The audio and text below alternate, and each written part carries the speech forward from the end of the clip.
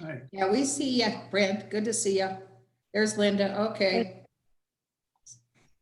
So we've got 1, 2, 3, 4. One more and we'll have quorum. Pardon me.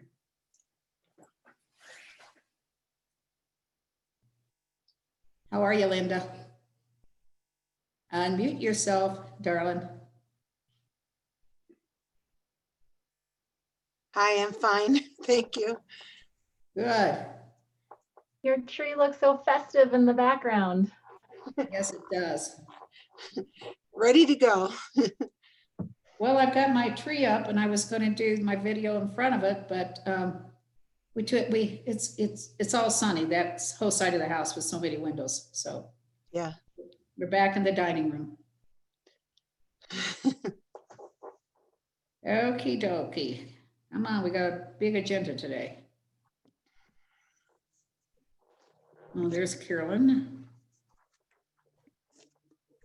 Hi there, hon. Good to see you.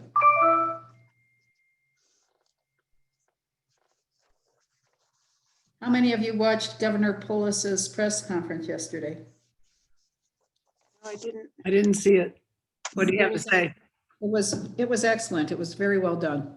Okay. Talking about vaccine and distribution, and Vale Health this morning released a video of the vaccine coming through Vale Health. So I hope you all got that little link. It's very interesting. Huh. And they do have a COVID ward. I saw it last Wednesday night and Thursday when I was over there as a patient. So It's amazing they've gotten it so quickly. yep. That hospital really rocks. They've done a really good job with everything that they're working on. So I think we need to be pleased and proud as them as one of our partner hospitals, really trying to help us out because we're all in this together. And I heard that loud and clear from all of the staff and the physicians, and it's good. Hi, Jeannie. Okay, Jordana, is this quorum?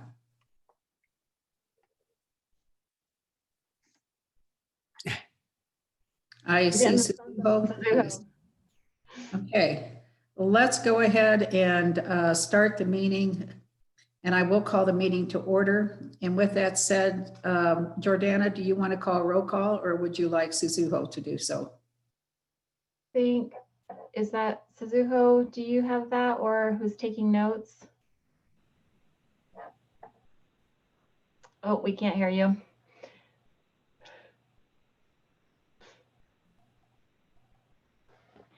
Sorry, I forgot I'm on my phone.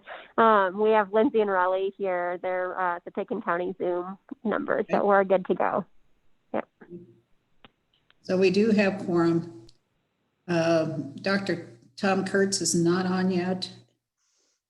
And I'll go ahead and see if we have any changes to the agenda.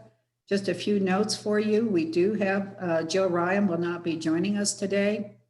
Unfortunately, she is under the weather with a bad cold. And we want to send our love and support to Dr. Kim Levins. She had a family emergency and had to travel back east. So Lori Malloy, I know she's on, will be giving the Aspen Valley Hospital. And I see Dave Ressler come on as well. So let's all send love and Godspeed to our dear Dr. Levin. And she was really sorry when I talked to her this morning that she was going to miss this meeting, but she had other priorities. And I'm sure all of you will understand.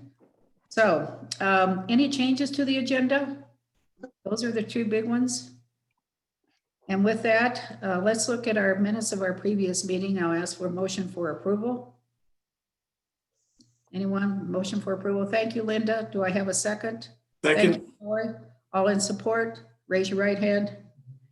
Okay, let's move on. Josh, you're up first, or do we want John Ely to speak first? John Peacock.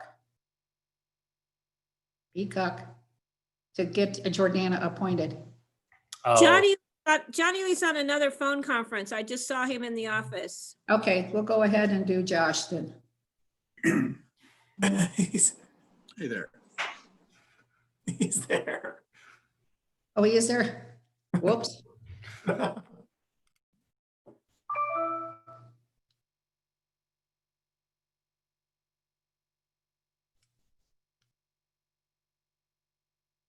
Okay, is John Ely there? No.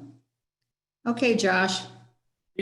Marky, I might be able just to cover this if you want to take the agenda in order.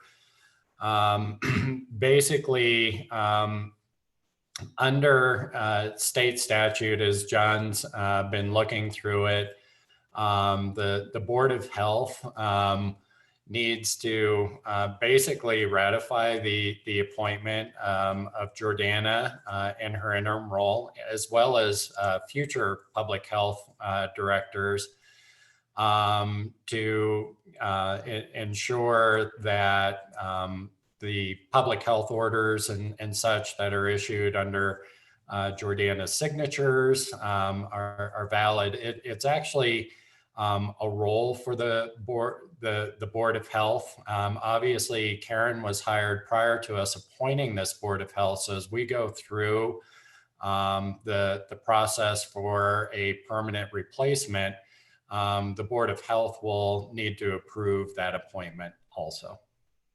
So this is really, ratifying Jordana's appointment in the interim role. And then we'll be coming back to chat with you about a longer term recruitment plan. We do not have that in place right now. Jordana is doing great already. She's fabulous. John, thank you for that. And I just want to echo John's comments about Jordana. Working with her during when we're not in a board meeting and working to make sure we have a solid Board of Health agenda and dealing with some of the challenges that she's had. She's done a great job with her team.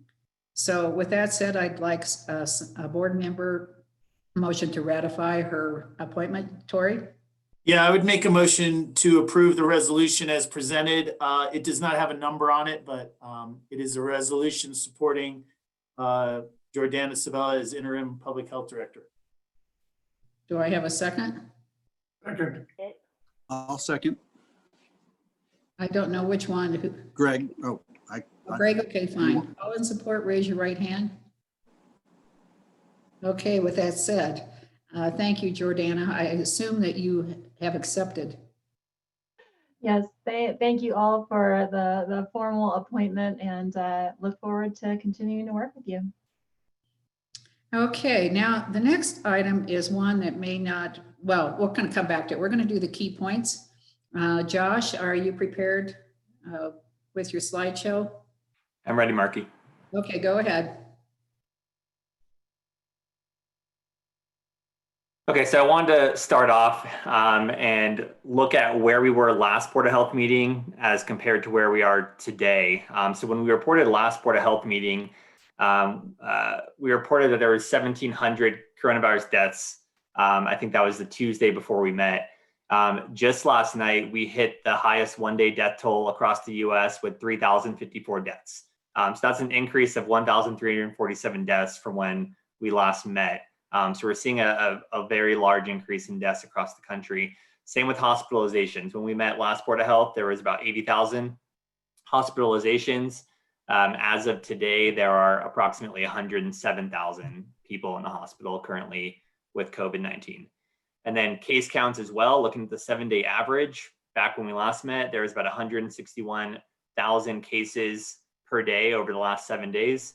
Whereas today we now have about 205,000 looking at the 7-day average. So that's an increase of about 43,000 cases just over the past 3 weeks on average that we're seeing every single day. So we're hitting about 1 million cases every 5 days at this point across the US. A quote back at the last Board of Health meeting was that this will get worse. We're seeing that come true. And Dr. Fauci recently, just the other day, stated that January could be a dark time for us and was quoting some data that makes it look like January could very well be worse than December, where we're at currently. Next slide. Next. So this is where we were last Board of Health as well. So we talked about us having 96 cases reported in the past 2-week period in Picken County. I put in the July 4th spike there just to show kind of, we thought the July 4th spike was a lot with 41 cases over a 14-day period. Last Board of Health, we were double that at 96. And then if you click next, this is where we're currently at. So now in the past 2 weeks, we've had 170 cases reported just in the past 2 weeks. That includes 31 cases reported on December 2nd alone, which was another all-time high. I also showed these projections last Board of Health to show where we might be headed. I added another projection on there, but we had the current projection in the blue. The high projection was in the purple last time we met, and then there was the lower projection in the green. So we have been trending pretty closely to that blue projection, which means we've been seeing about an increase of about 135% case increase week over week. And so while we've had some plateauing here and there, we've really been increasing over the past several weeks. And the plateauing, a lot of it seems to be masked by long turnaround times and also some other irregularities in testing, which we can talk about in a second. Next slide. This is our positivity rate. So this has also been climbing since about mid-August. It has decreased recently in the last few days.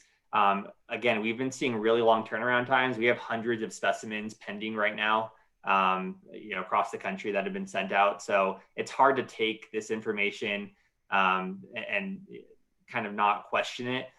So, looking at the more recent data, I would have a little bit of caution when trying to interpret what that means for our positivity rate, just because we've seen longer turnaround times. But nonetheless, we have been increasing. Our positivity rate reached about 12.5%. It is down to about 9.8% right now. But with more results coming in, we'll see how that shapes out. Next slide. And then this is our hospitalizations. So Picken is still in the yellow, as are many other counties, which means that we have not had one day yet with 3 or more new hospital admissions. So if we get 3 new hospital admissions in a day, then we will move to red in hospitalizations. We've had some close calls and we have seen hospitalizations increase. But we have not yet had a day that has had 3 or more new hospital admissions. So that's kept us in the yellow for that metric. Next slide. Josh, if I could interrupt just for a sec, if we could go back to that, could you, just for those who may not know, talk about how hospitalizations are measured? Sure. So if you're in a county with less than 30,000 residents based on the census, then the way in which the color on the map is determined is based off number of hospitalizations in any given day. Because we're a smaller county, less than 30,000, if we have 3 or new hospital admissions in any given day, we go red. If we have 1 to 2 hospital admissions in any given day, we're yellow. And then if we haven't had any hospital admissions in the past 2 weeks, then we're green. If you're a larger county, over 30,000, then it's based off an average of hospitalizations over a 2-week period. But because we're a smaller county, we look at specific days to determine how many hospitalizations we're seeing in any given day. And it's hospitalization anywhere in the state, right? Correct. Yeah, thanks, John. Yeah, it's based off county of residence. So if we have somebody hospitalized in Denver and somebody in Grand Junction, and then someone else here in Picken County, all hospitalized on the same day, that's 3 hospitalizations, and those would all be attributed back to Picken County. And so then we would be red. So even if AVH looks comfortable, if we have people hospitalized who are our residents elsewhere, then it'll get attributed back to Picken County. Lori, you were going to make a comment. Unmute. Gloria, unmute. I was just going to interject what John clarified, that it can be a hospitalization anywhere in the state that is from Picken County. So there are times when Aspen Valley Hospital will show comfortable because of the number of admissions we have within AVH, but we could be red on the state dial for hospitalizations. Yeah, thanks, Lori. Thanks, John, for clarifying that. Mark, you have a question? Yes, Patty. Didn't that just recently change? I mean, prior to this last couple of weeks, weren't we led to believe that it was our hospital we were concerned about capacity, not that we had, say, 5 kids that were going to CU that were hospitalized down in Denver and Boulder with COVID, and their zip code was 81611. So we got credit for them out of the hospital in Boulder County. And isn't that kind of a new interpretation of this hospital capacity? I'll look to Jordana or Josh to answer that one. I don't believe so, but I don't know, Jordana, if you have any more specific information on that. I haven't heard that. I believe this is, since the dial's been live, this is how they've been measuring hospitalizations. I don't think it was well understood locally. We were tracking AVH. I know when we set up the matrix, we were tracking the AVH data. And so I think, I don't think that was well understood in the community, and why I wanted to pull that point out, myself included. I was always looking at the AVH data and did not fully understand, as I think many in the community didn't, that it was hospitalizations anywhere in the state. And that was an understanding that started to emerge, I think, for everyone, about 10 days ago or so. Thank you very much. Okay, moving on, Josh. Yeah, so this is the testing turnaround time that I was discussing. So you can see this is in hours on the left-hand side, or on the y-axis. So you'll see that our turnaround time has increased. It's approximately 61 hours on average, but that includes all the rapid testing that the hospital does, for example, and those come back immediately. So when you really look at the send out tests and the turnaround time there, we've been averaging about 5 to 6 days. So we've seen it's been taking a really long time for us to get results back. Unfortunately, when we call the individuals that have tested positive, a lot of them are already feeling better. So it's unfortunate to have such long turnaround times at this point. This is the longest we've seen turnaround times in several months. And it's really just due to the capacity, or the number of people who are testing across the country. The labs are filling up and they're backlogged and not able to get the results out to us quickly. So it's unfortunate. We're hoping it'll begin to turn around pretty soon, but it has been taking, most results are taking 5 to 6 days at this point. Next slide. And so this is current outbreaks in Picken County. We're currently monitoring 18 outbreaks in Picken County. So again, an outbreak is any site that has had 2 or more cases in a 14-day period, and they have been linked back to that site, meaning that the persons were exposed to each other there on site, or there is at least one link there on site. So right now, leading the way, we do have the most outbreaks currently among restaurants right now at 39%. Recreation, so any sort of business that deals in recreation is at 22%. And then we have just hotels are at 11%. So we have, I believe, 2 current outbreaks that we're monitoring among hotels, and then the rest we've had 1. So 1 informal gathering, a construction site, medically associated, 1 in an educational site, and then 1 in a retail site. So, I mean, we have a lot of cases right now, or a lot of outbreaks among restaurants, but we're really seeing outbreaks across the board. So there's really outbreaks in all sectors at this point. And some of these are leading to larger outbreaks than others. So keep that in mind as well, that some of these are only two-person outbreaks. They're really tiny, whereas we have some larger ones that are tens of people. So this is really just total outbreaks chunked up, but does not really give you any insight into how many people per outbreak. So just keep that in mind as you're interpreting this pie chart. Hey, Josh.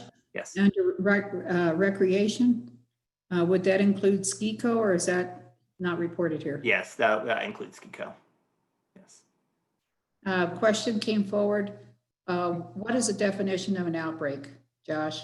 Yeah, so it's 2 or more non-household individuals that have tested positive within a 14-day window, and with at least one of those individuals being exposed at that site to someone else who is positive. I have a question also. Brent?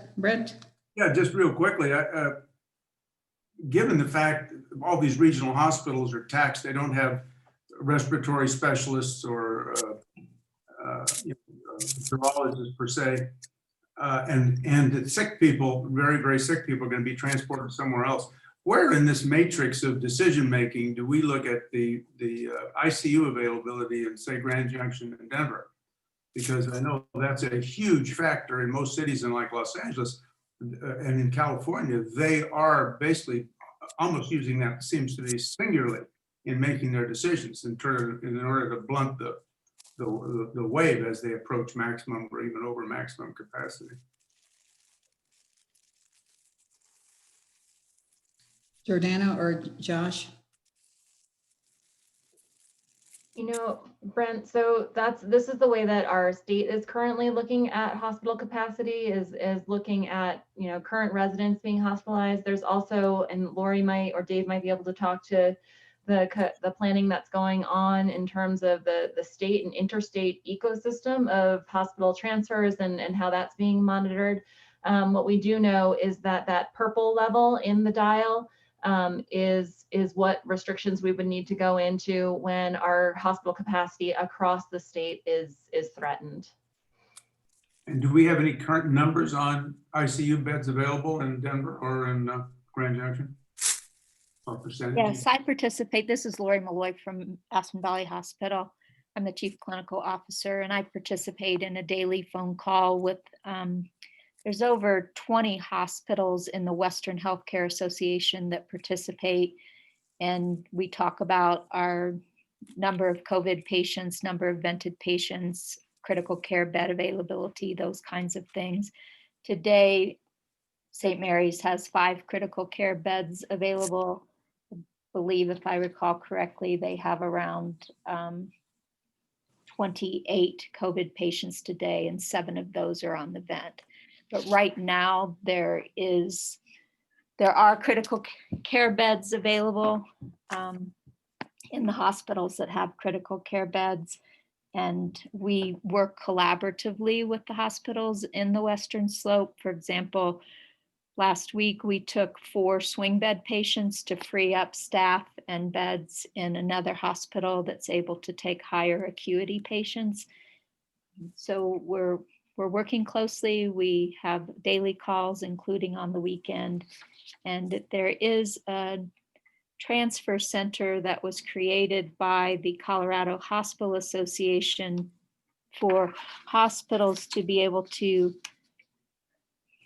do this kind of thing where you have for example, critical access hospitals taking some of the less critical patients to free up beds and staffing at the larger hospitals or tertiary hospitals that might be able to accept more critical patients.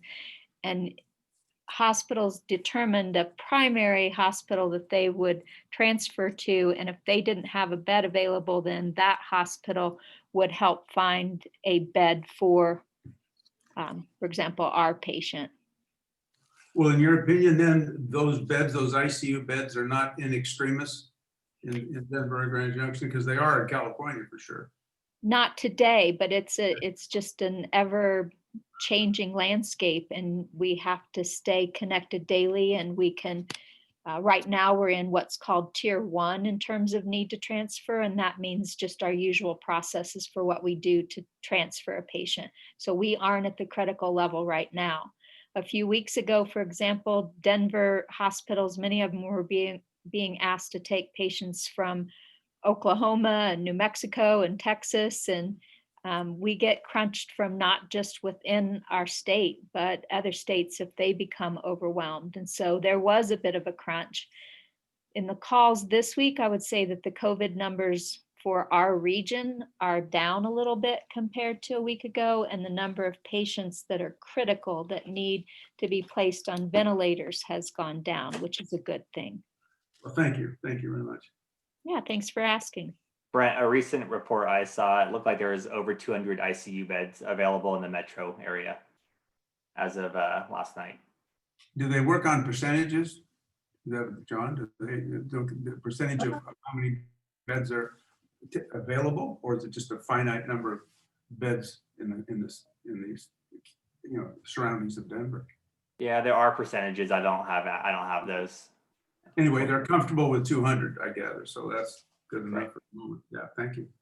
In addition to that regional call that I'm on a daily basis, we have a system called EM Resources where all hospitals in the state report their bed availability. And it's a system that's always been used. It's not just during the pandemic, but if you have some type of a critical incident, even like the wildfire, and you would need to transfer a lot of patients, it's a very helpful tool. So there are systems in place that have always been there to help facilitate communication of those kinds of numbers and information that you would want. Great. Thank you. Thank you. Josh, you want to continue? Sure. I think I have one more slide. Okay. So the last one here is just source of exposure. So where people have been exposed since November 1st. So right now, the majority of individuals are being exposed via a household member or another family member. So that's the green on the bottom there. 13% of individuals have been exposed by a friend or at a gathering. Majority of those are gatherings, those informal gatherings that we talk about. 15% of individuals have been exposed at work, and then 10% of Picken County residents who have been exposed while traveling, and then they came back here after traveling and had the virus. And then we have 26% is unknown. That's our community spread number. That's remained pretty steady between 25 and 30%. A little bit higher than where we want it, but it is lower than other local counties and areas across the state where they're seeing community spread or unknown exposure source up to 60%. So we've been able to identify where most people are being infected, which is a good thing, but we still have a quarter of our cases we can't identify how they were infected, and a lot of them they just can't name anywhere. They have no idea how they were infected. So I think that might be my last slide. Okay, yeah. thank So you. I'll hand it off to Lori at this point to walk y'all through the matrix. Okay, Lori. Markey. Oh, I got a question somewhere. Greg here. Okay. I just wanted to clarify something regarding the outbreak slide that Josh showed. The percentages on that slide are reflecting the percentage of the 18 outbreaks. Is that correct? Or is this the percentage of people? I didn't catch that. I want to make sure we clarify. Yeah, great question, Greg. It's the percent out of 18. So 39% of the 18 outbreaks are attributed to restaurants, but we don't have any idea how many people that really is. Yeah, this pie chart does outbreaks. not. This pie chart does not include people. It just includes total number of outbreaks and the percentage of outbreaks attributed to each sector. And you said the outbreaks range in size from maybe 2 up to, I don't know what the high number limit was. Yeah, right now the range is 2 to 29 people. 2 to 29 people. Yes. Okay. Okay, so this chart would look much differently if it was reflecting people who, percentage. I'm just trying to get a grip on that. Correct. Thank you. That's correct. Patty has a question. Yeah, where does the outbreak at the St. Regis fit into this graph? So that's part of the hotel sector. So it's over that 11.1%? Yes. With their significant amount of number, they had 20 something, didn't they? That's correct. So again, this is not based on total numbers. It's based on just percentage of outbreaks that have occurred per sector. Okay, thank you. Okay, Lori, let's hear about what's going on at the hospital. Well, as we just said, there are hospital inpatients. We have 0 COVID patients today. We've had a maximum of 2 patients at the same time in the past week. Those patients did not have really severe symptoms. Neither one of them needed to be placed on the ventilator. So happy to say that they have both been able to be discharged and able to manage their symptoms at home now. And then we have currently today, all 4 of our ICU beds are available. And then in the next section with the average daily visits for outpatient areas such as the emergency department, we're seeing about an average of 4 patients a day that might need COVID testing, but they're able to typically be discharged. Our respiratory evaluation center has really gone down. We're seeing an average of 3 to 4 a day in there. And our community tent, with the implementation of the kiosk sites and the multiple sites around the community, there are 5 now where you can get the curative test without a physician's order, has had a significant impact on those coming to our community tent at the hospital for testing. And so we're seeing about 10 a day. So that section is in the green or comfortable as well.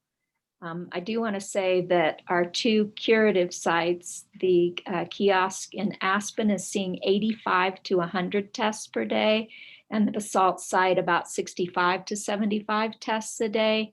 And then when you combine that with the sites that are down valley as well with Dr. Brooke Allen, and there are 5 total sites, are seeing about 8 to 10,000 tests sent a day. So when Josh says that kind of getting overwhelmed with testing and a bit of a delay with results, I believe it's from that massive influx of tests that are being done there.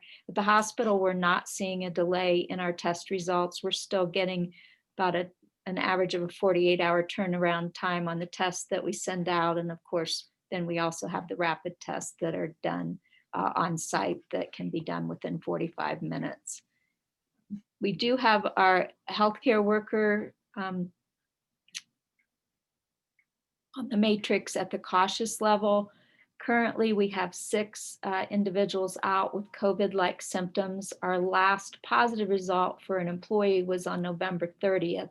And we do have an additional 3 staff that are out on quarantine. I would say that our contact tracing of our staff, we're not finding that they're getting the virus from within the hospital. It's usually a contact in their personal life or at home is where that's being traced to. So the hospital at this time is very comfortable, but do remember that we're reporting specifically those inpatients that we have at AVH, and we might be comfortable, whereas the state dial could go up to red if we had other admissions from people whose addresses are within our county that might be hospitalized either down in Eagle or Grand Junction or Denver. Any Okay. questions for me? Anyone have any questions for Lori? Okay, I don't see any hands going up. A quick question, if I could, Marky. I'll go, Tori. Thank you so much. And this might be tangential a little bit, but you know, there's some good news in there, and part of the good news in there is that we're seeing patients that need hospitalization or seek hospitalization are getting to AVH, and they're being treated and they're being cared for. And as Lori was saying, not getting onto ventilators.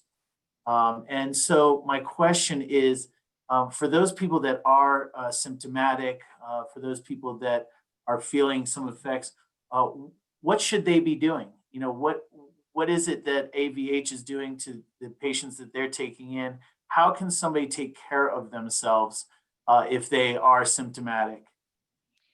It's really pretty much just like whether you can manage your cold at home or your flu-like symptoms. If you are breathing without becoming significantly short of breath, if you're able to keep down fluids and food, if you can walk and talk, it's no different than any other time that if you would normally call the ambulance for the symptoms that you're having or call your doctor, you do that. And then you get evaluated and determine Typically, we'll do a pulse ox and find out what your oxygen saturation is, which is a good parameter for us to know how you're doing and whether or not you're capable of being sent home. Thank you. I do need to clarify, nobody said it, but we're not doing 8,000 to 10,000 tests a day. It's per month. Thank you, Lori. I was going to say, my goodness, you guys are busy, but Yeah, thank you. sorry, we're not that busy, but we're making a difference. We're getting a lot of testing done. It's absolutely wonderful. So proud of all the work that you all have done on testing. Thank you very much, Lori, and all of your staff. Pretty significant work. Okay. Next item would be Jordana. And this is going to be a very important conversation. And this is under voluntarily move to red or stay in orange. And the second part of our discussion, which is really getting a little tough, start seeing short-term rentals begin to fill up and college kids coming this way. And that is informal gathering requirements and accommodations. So I'm going to turn this over to Jordana. And I do want everyone on the board and all the alternates to participate in this conversation. And those in the industry, if you let me know if you want to speak, I'd be more than willing to accept your comments as well. So Jordana? Thanks, Marky. If the slides can be advanced, I think one more, please. Thank you. The first discussion we want to bring to you is an update on Senate Bill 1, the COVID Business Relief Bill. This is a bill at the state that creates some dollars to be able to be distributed locally for COVID relief for those businesses who are experiencing major capacity restrictions. The caveat in this bill is that to be eligible, a business must be in a county that is operating under the red level dial restrictions by December 10th. If you'll note, today is December 10th. And so we have been talking about this, this opportunity in the community. The Board of County Commissioners discussed it Monday, and then there were several other business outreach events where we brought this issue to the business community and really laid out that the fact that what Picken County businesses would be eligible for is estimated around $103,000 to be distributed out if we were to make the move to red voluntarily by today. If you go to the next slide, we can see that there was really no support to voluntarily move to red in order to receive these funds because for the reasoning that it really doesn't supplant the monthly costs of the business community. And there was really support for sticking with the consistent message that we've been getting out to the community that the trigger for us to move to red would be being in 14 days in red for one metric, which we already are for our incidence rates, but that we would need either our positivity rate or our hospitalizations to move into the red for us to begin to have that conversation with the state. The question that I'd like to get the Board of Health to give direction on is, does the Board of Health support continuing to operate in this orange plus level where we have additional restrictions but are still allowing our businesses, our restaurants mainly, to operate with indoor dining, which would close if we went to red, as well as going to red would reduce our informal gathering size to only that of one household and would also disallow any kind of indoor events.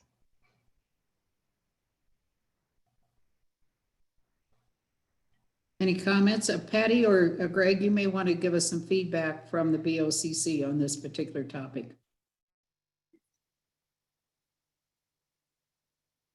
Greg, you want to go? Patty, okay, we're offering. The BOCC had a consensus that we don't want to voluntarily go into red. When you look at the financial consequences of that, it's really, quite honestly, it's negligible. The last slide you showed said the state would be, our share would be based on per capita was about $102,000, split amongst all of our restaurants and businesses that qualify, would really not be a significant amount of money for them. So I don't think there's a financial incentive to do it, certainly. And I think, Patty, you might want to add something to this, but our board was pretty resolute that we don't want to do that voluntarily now. Yeah, Greg's exactly right on that. We had a great meeting on Monday with the Board of County Commissioners and public health staff. We need to have those meetings more because we really had great conversation.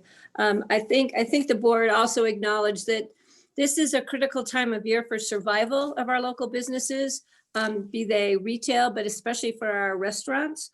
And we need to do whatever we can to ensure that they can stay open and maybe look at even some flexibility there if possible. I think that the restaurants have done a great job. Having the business sector, the restaurateurs at the Board of Health table has been extremely valuable to us because we don't run restaurants, they do. They know what can work, what doesn't work, and they have really stepped up to the plate on this one. I think the Board of Commissioners also looked at supporting more consumer protection efforts to make sure that any of the guidelines we move forward with, especially over this upcoming holiday season, that they are followed. I know that there's some issues of compliance. So I think the Board of Commissioners is willing to step that up and make sure that we have strict compliance to really not just to keep our visitors, our workers, our community safe over this really crazy time of the year that's coming sooner than we maybe would like it to come, but it's here. So I think that's where the Board of Commissioners is standing on this, is to stay at Orange Plus, continue to work with the state to create a relationship where the state understands that we have been ahead of this since May. We've done a lot of the things that are in their 5-star program already. And we'd like to continue doing that and setting examples for other counties around the state, if not the country. Thank you, Patty. I was going to ask, is anyone from the restaurant industry on the board meeting call, Jimmy Yeager, perhaps, to really understand how the business community is doing, particularly our restaurants? I know Jimmy's listening in. I don't know if he has the ability to speak, but I know he's watching the meeting. Mark, you had a couple of comments. Okay, Ann? If you want to take those now. Yeah, let's take them Okay, now. Jimmy, break in if you're there. Just 3 thoughts. First, it's very concerning to see Josh's graph that shows almost 40% of the outbreaks from the restaurants. So, being open, they're having a significant impact. On the other hand, the BOCC made a very good point that $103,000 is not a whole lot of money to start spreading around town. It's never going to make up for the money that's lost. But the third thing that I think is really important for us to consider is we were told how hard it is to get back to yellow from orange. And I'm very concerned that if we go into red, it's going to be really, really hard, again, to step back to a little looser restrictions. So, and I know Tori's the voting member, but I'll just put in my 2 cents. I for one, would support continuing the Orange Plus. And if there's any other additional restrictions, but would hesitate to go into the red for the relief that's available from the state. Thank you, Ann. I totally concur with you. I think it's wise that we stay in the Orange Plus and really, really try from a community perspective and with our restaurateurs to really send the message. I still continue to see people walking into restaurants with a chin strap, getting up to go to the bathroom, mask not fully on. And we just need to continue to hammer those messages home. So I don't see Jimmy calling Yeah. in. Marky, I just got a message from him. He's just listening. So Okay. if he has any comments, he said he'd send them through me, and he has no comments at this time. He is also concerned about the non-compliance of some restaurants. And just so the rest of the Board of Health knows, I've been really vigilant about this. I go out to eat as much as I possibly can, just to keep an eye on the restaurants locally, because I hate to cook. That's a good reason to be That's going great. out. You hate to cook. What I did hear you say, Patty, and perhaps Jordana can fill us in, an enhancement of the consumer protection program around these business sectors. Jordana? Yeah, I think Marky, I that- got a message from Jimmy too. So Jordana, when you're done, I'll relay Jimmy's message. Okay, go ahead, Jordana. I hear the comments there, and later on, we're going to be talking about the 5-star program, at least as we understand the draft that the state has released. And I think that there might be some opportunity there to talk about an enhancement of our consumer protection program. Great. Okay, good. Patty, go ahead. Yeah, Jimmy just said, we need help from the hotels to inform their guests on restaurant protocols before their guests go out to dine. I think that's a really good idea. He says we need all the help we can get to make the guests understand, and any other points of contact, even if we had information in retail businesses. So when people are going shopping, they can see this is what restaurants expect of you. This is how you can get in to dine. So that we don't have those confrontations of people stacked up at front doors of restaurants. We want to avoid those types of small gatherings. So I think those are good points. So if we can maybe get some help, maybe through ACRA or from Consumer Protection out to the retail and the hotels with the information that we're going to be moving forward with for restaurants. I think that's a really important point, to just keeping everybody informed on what's going on. So we have consistency, continuity, and we have people who are following the rules. Thank you. Greg? Just to tag on to what Patty said, if the restaurants are having trouble, maybe the wait staff doesn't want to be the enforcer, so to speak. Maybe there's a way we can help with table tent cards or something, just to make sure anybody who sits down at a restaurant table knows, hopefully before they order, before they even enter the restaurant, but while they're there, what the deal is. I don't want to place the burden of enforcing or even informing on the wait staff, but they are the front lines. So we've got to figure out a way to make it easier for them. I did want to point out also, after hearing what Patty said, is speaking this morning with Kara, who's been following this. She points out that the European ski resorts are all but closed down until January. California is under stay-at-home orders. Summit County is under, I think, red orders, and we don't know what's happening with skiing in some of these other, even Colorado resorts. So what we're looking at is a way to try to stay open and stay healthy so we can actually have an economy here. But the examples we have from around the world are not, it's just not looking good. So I think we have to just understand what our choices are and what we're trying to negotiate here. With the number of cases that we have now stabilizing after the 22 at the St. Regis and the percentage going down slightly, I certainly favor with the traveler's affidavit that will be implemented on the 14th, continuing in the orange plus. Is that a motion accordingly, Tom? Okay, that is a motion. So moved. I second. I can second. Oh, Patty beat me to it. Actually, can you second? I think I have to second Patty. I'll second for Patty. Okay, thank you. Any further discussion? If not, those in support, raise your right hand. Okay, now comes the really dicey conversation, and that gets into informal gathering requirements. And this is all over the map. So Jordana and her staff really do need our guidance. So Jordana, you want to address the issue? Absolutely. Thanks, Marky. So I think the board will recall prior to Halloween, the board voted to take an additional protective measure and reduce the informal gathering size that was permitted in Picken County from 10 in level orange down to 5 individuals from no more than 2 households. As we've been really delving into this traveler affidavit work and working with our lodging, what we have really come to understand is that informal gathering size and restrictions apply in the lodging context.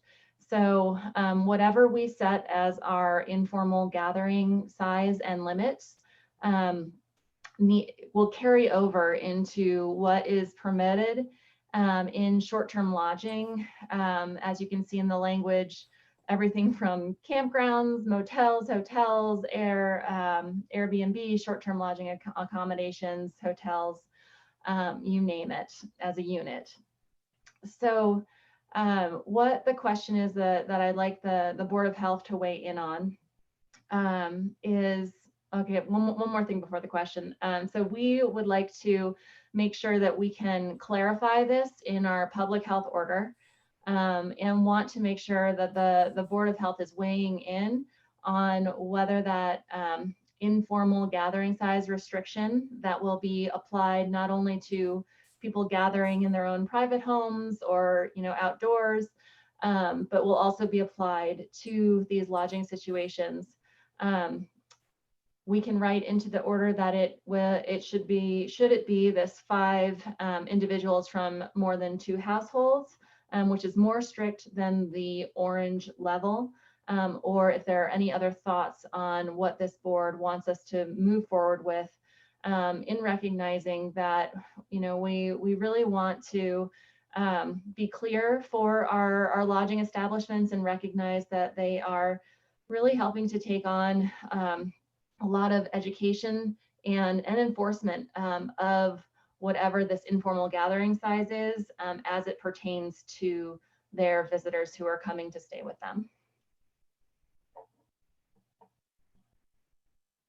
Okay, and in talking with Jordana earlier this week, we do know that we've got quite a few college kids heading up here over the next week.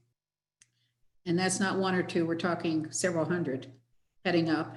And I'm already starting to see short-term rental properties up where I live here in Snowmass with 4 and 5 cars, all from different states. Obviously, if you get 4 cars, there's generally 4 to 8 individuals at a minimum. So we need clarification. Our lodging industry needs clarification. So let's open up the conversation here as to what everyone is thinking. I agree with you wholeheartedly on that. Well, I do too, but part of the problem, as we've always talked about, is enforcement. And Right. It's a wild card when, as you say, 200 college kids, you try to control that mix for any purpose, so that's going to be a huge challenge. I think what Greg pointed out was a good idea, that every table in these restaurants, wherever they are, have something that sort of affirms what the requirements are. I think a lot of them do anyway. Some way we've got to get to the various booking agencies, and they have got to be really specific and firm with their with their visitors. And I think that's going to be very, very difficult. But nonetheless, it should be done. Very strong language. Mark, I have a thought. Yes. Yeah, I just got a message too from Michael Goldberg and Jimmy about what's going on here. One of the suggestions, as far as I'm going to just get back to the restaurant guest compliance, if we could add something on the affidavit that just says this is what's, just a little blurb, you don't want to make the affidavit too cumbersome, and also I think on that, when people are booking to come here, be it short-term rentals or hotels or just coming to town, that there be a little thing about what the requirements are for short-term rentals, household capacity, that kind of thing. Just put those bullet points on the affidavit. That way we get that education out there from the get-go before they even get here to town. And as far as tabletop stuff at restaurants, I think that's a great idea, Greg. Make sure they're washable because they're going to need to be washed between guests. Don't forget that because people are going to be picking them up to read them. I agree with that, Patty. Thanks, Tom. Okay, and Greg? Thanks, Marky. You know, I would love to hear, because I've just caught a little bit of a wind that you know, we should really make sure we are well connected with the lodging industry regarding this question. It concerns them in a big way. I want to make sure I understand it, and I want to make sure that they understand it. And if they have input here, first of all, have we received any input locally? And should we be soliciting that before we make this decision? Well, I'm looking down through the attendees. There's 136 to see if anyone would like to speak from particularly the lodging industry on this key point. Marky, while you're doing that, I can share some feedback that I've received really from multiple points. And I think there's really two separate questions here. There's the number of households, and then there's the total number of people. And so I think what I have heard consistently from the lodging community as a concern is not the number of household restrictions. So that would address I think the college student kind of challenge of a number of college students cramming into one accommodation that, you know, with the 2 household requirement. I think the bigger energy I've heard is a concern around 5 versus 10,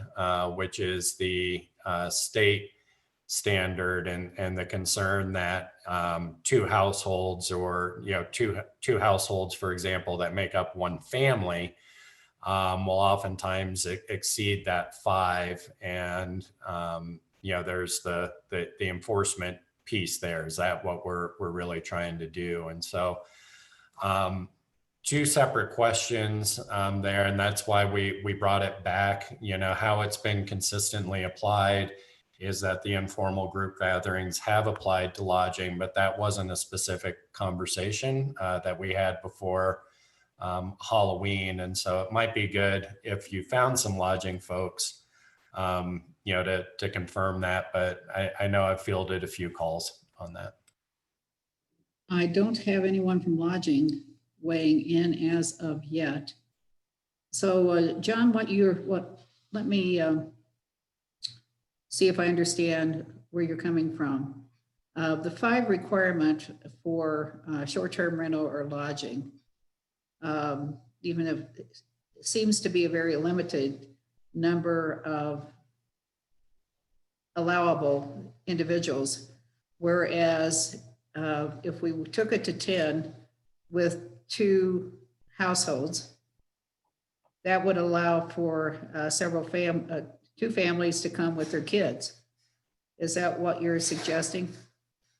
And I'm trying to define what I've heard as the concern that's been raised from the lodges is, most likely if you have 2 households, from the same family, for example, getting together to share a condo, let's say, it's likely that they're going to exceed 5. And and I think the concern is from the lodge's perspective, being able to enforce that, and is that what we're really trying to accomplish? I have not heard pushback about the multiple households necessarily ending up like having 4 college students from 4 households end up in one room. I think everyone I've heard from recognizes that risk. and isn't pushing back on that. So I think that the real issue is that has been raised by a lodging community is whether we can go to the state. What was the intention? Was it to stick with the state limit of 10, or to have the informal gathering of 5 also apply to lodges in that case? So I see a note over here in the chat box. This one is coming from Bill Matson. Bill, do you want to turn on your mic?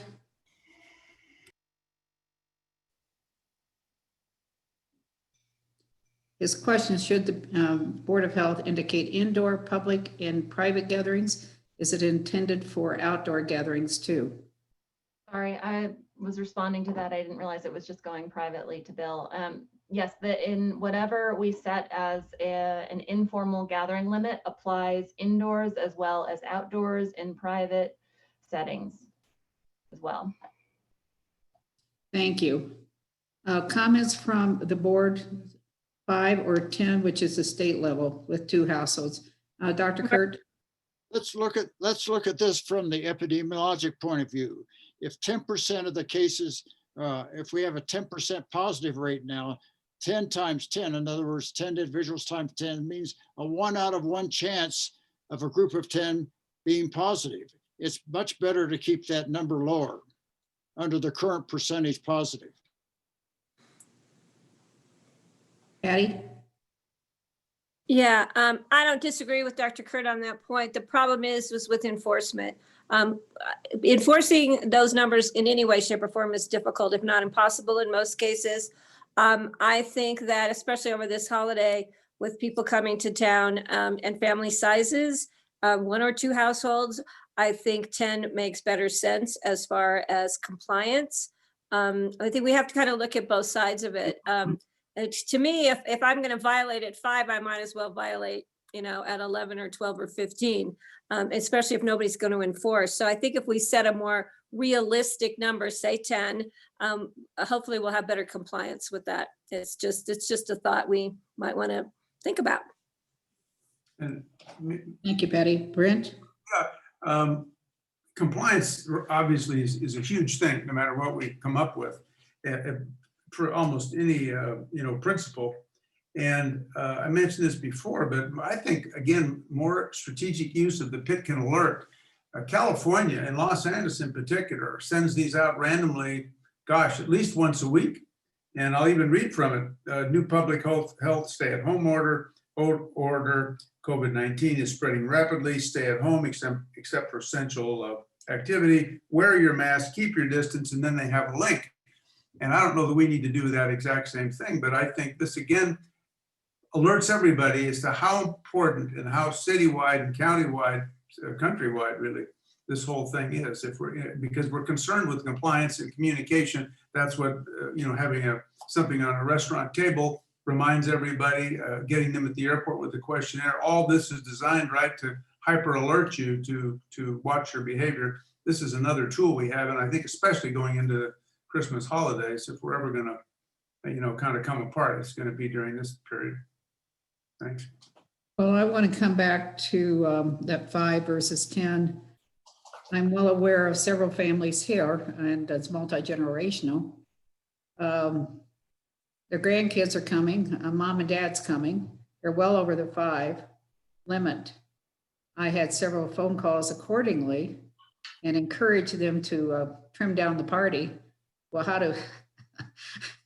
what do I do? Not let my grandchild that is my least favorite come? I mean, those are the types of, people want to be very compliant here within our community. So I'm leaning more towards the state guidelines, 10, 2 households. That's just in order that we at least can do some level of accommodation. I'm following Patty's lead on that one. Other points. I agree with that myself. I think that's probably more realistic, and being that it's not enforceable anyway, I think that gives people a little bit of leeway to have their family members present during the holidays. So I agree with Marky and Patty on that. Yeah. Jeannie, I saw your hand go up. Jeannie? I just want to make the point that in a restaurant, you're not limited to 5 people or 2 households. And I would go with the state rule on that. Anne? Yeah, I get kind of in agreement with everybody else. The 10 makes a little more sense, and I think if something makes sense and sounds reasonable, there's a better chance of compliance in something that's kind of draconian and people will just push back against. And if the state is okay with the 10 limit, 10 person, then 10 limit, 2 households, then I think that's workable. And again, it's a balance, just like we're talking about the restaurants. We need to have these people coming into town. So I will need a motion accordingly. Marky, can I just Yes. share a reminder that was put in the chat? Is just to, I'm hearing what the board is seeing. And I think that going forward with this, that the really important part, is going to be that compliance. As Dr. Kurt points out, the more folks that we do have together, the greater the chance of spread.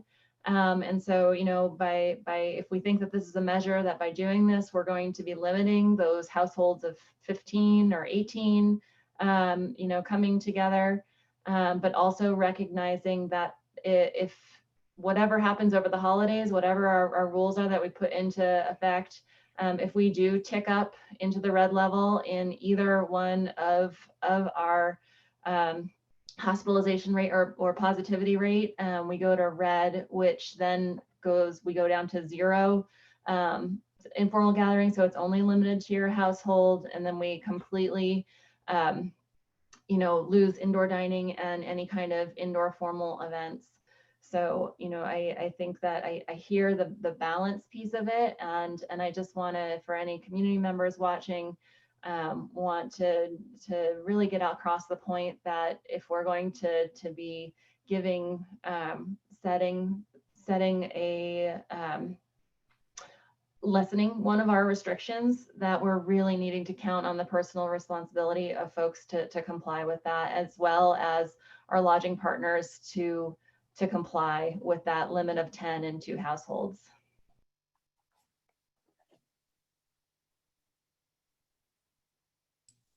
Any comments there? Quick comments, Marky. Yes, Tori.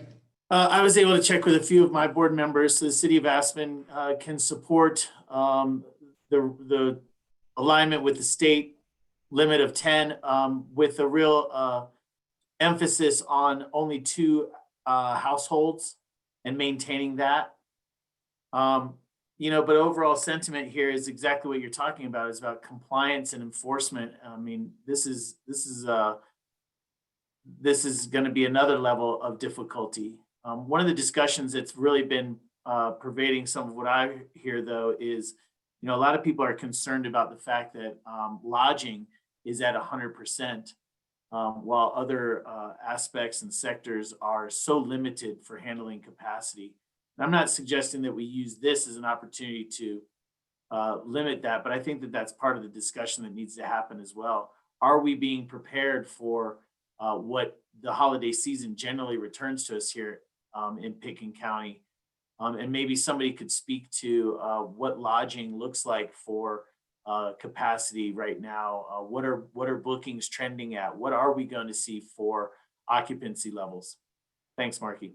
Okay, that's a very good point. Is Deb Braun on this call?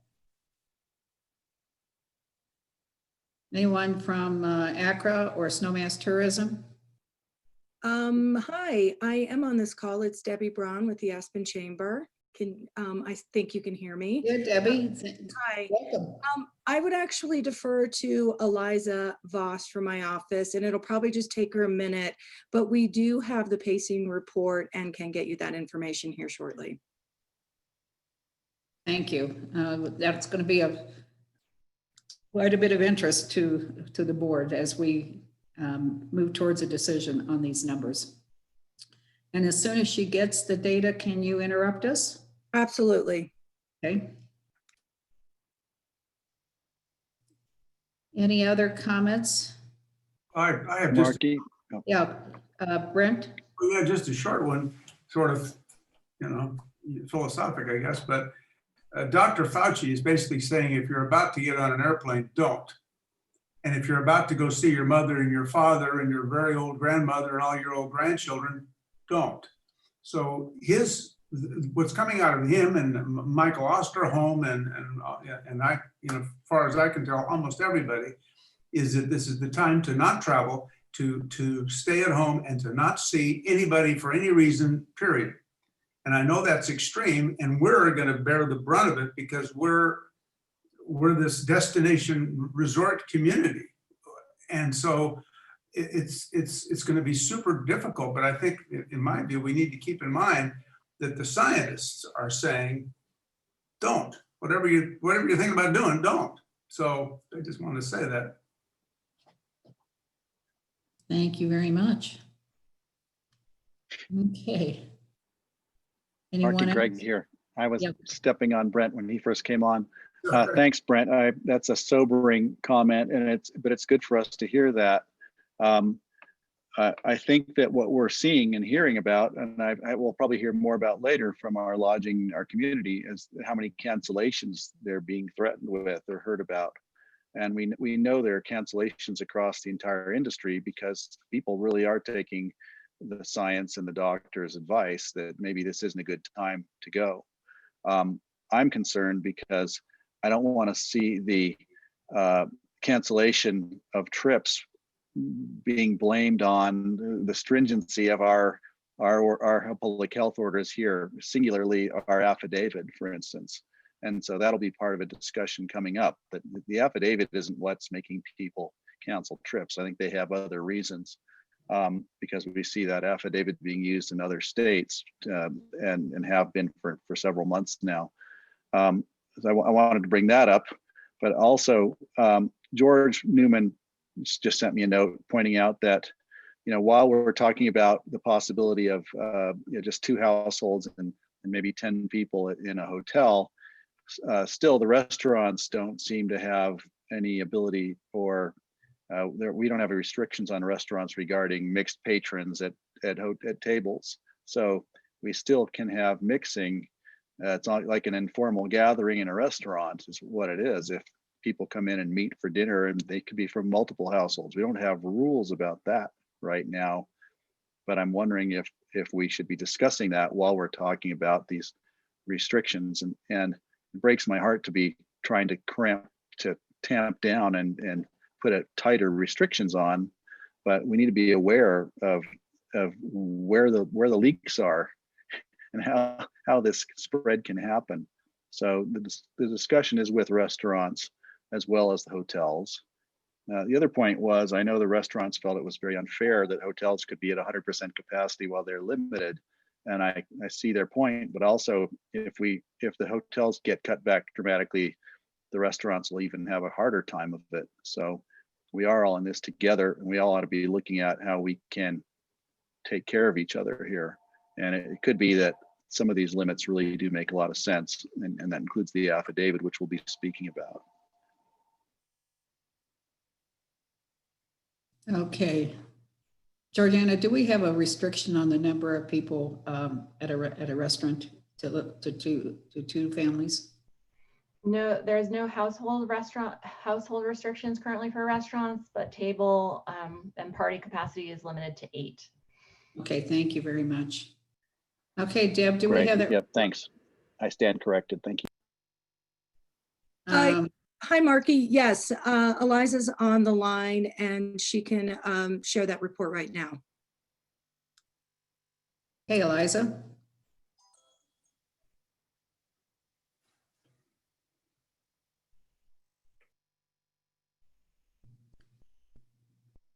She must be muted.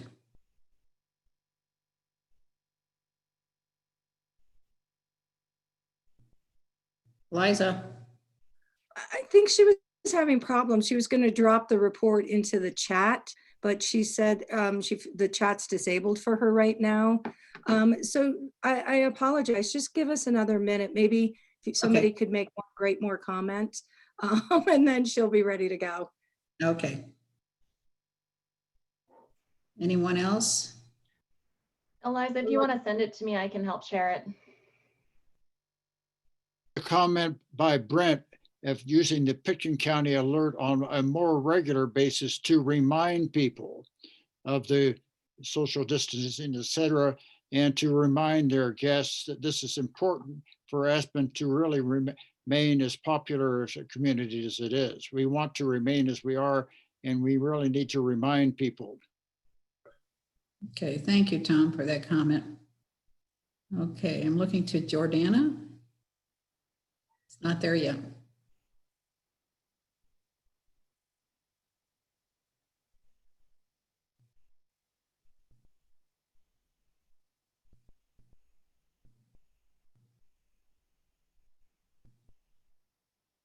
Yeah, Eliza's having problems. She's just going to shoot it over to me, and then I'm going to drop it into the link. Okay, Thanks. okay, Debbie. Technical difficulty. Well, you know what? We all get that wonderful opportunity to be challenged at times. I'd rather be in person.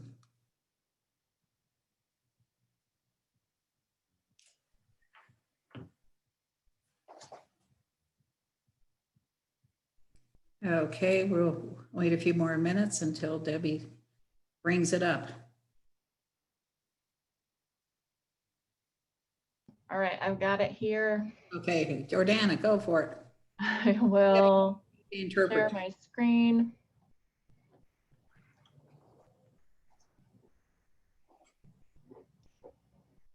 And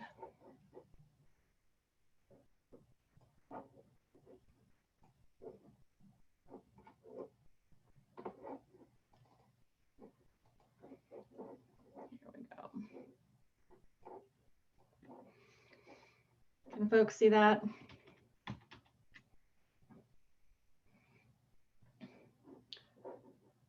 And maybe Debbie, if you can talk us through. Well, great. You can see that the lodges are nowhere near 100%. So while they don't have a cap, we're looking at the blue right now is what they have actually on the books. So when we're taking a look right now, you can see Thanksgiving was pacing better, but as of now, we have really dropped off. Starting, look at December 14th. We're the blue data, so we're really only getting up in the peak up to 40%. And then you can look in January, we really just drop off. Now, people are last minute booking, but I can tell you the phones at the visitor centers are ringing with cancellations.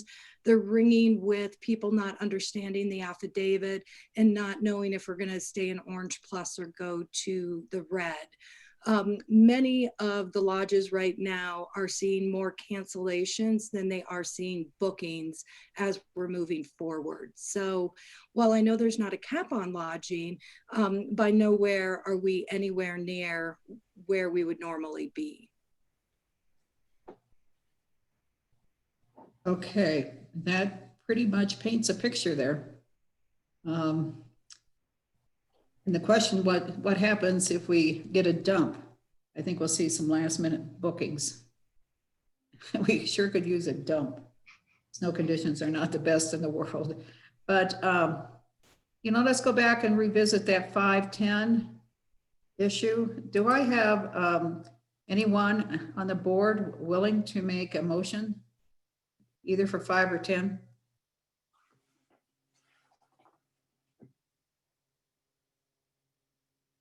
Anyone on the board wanting to make a motion?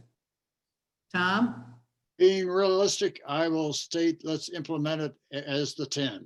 Being realistic and looking at the hotel accommodations rate. Okay. I will second that, Greg. Thank you, Greg. Further discussion? Clarifying that it is a two household limit? Yes, 2 household limit, 10.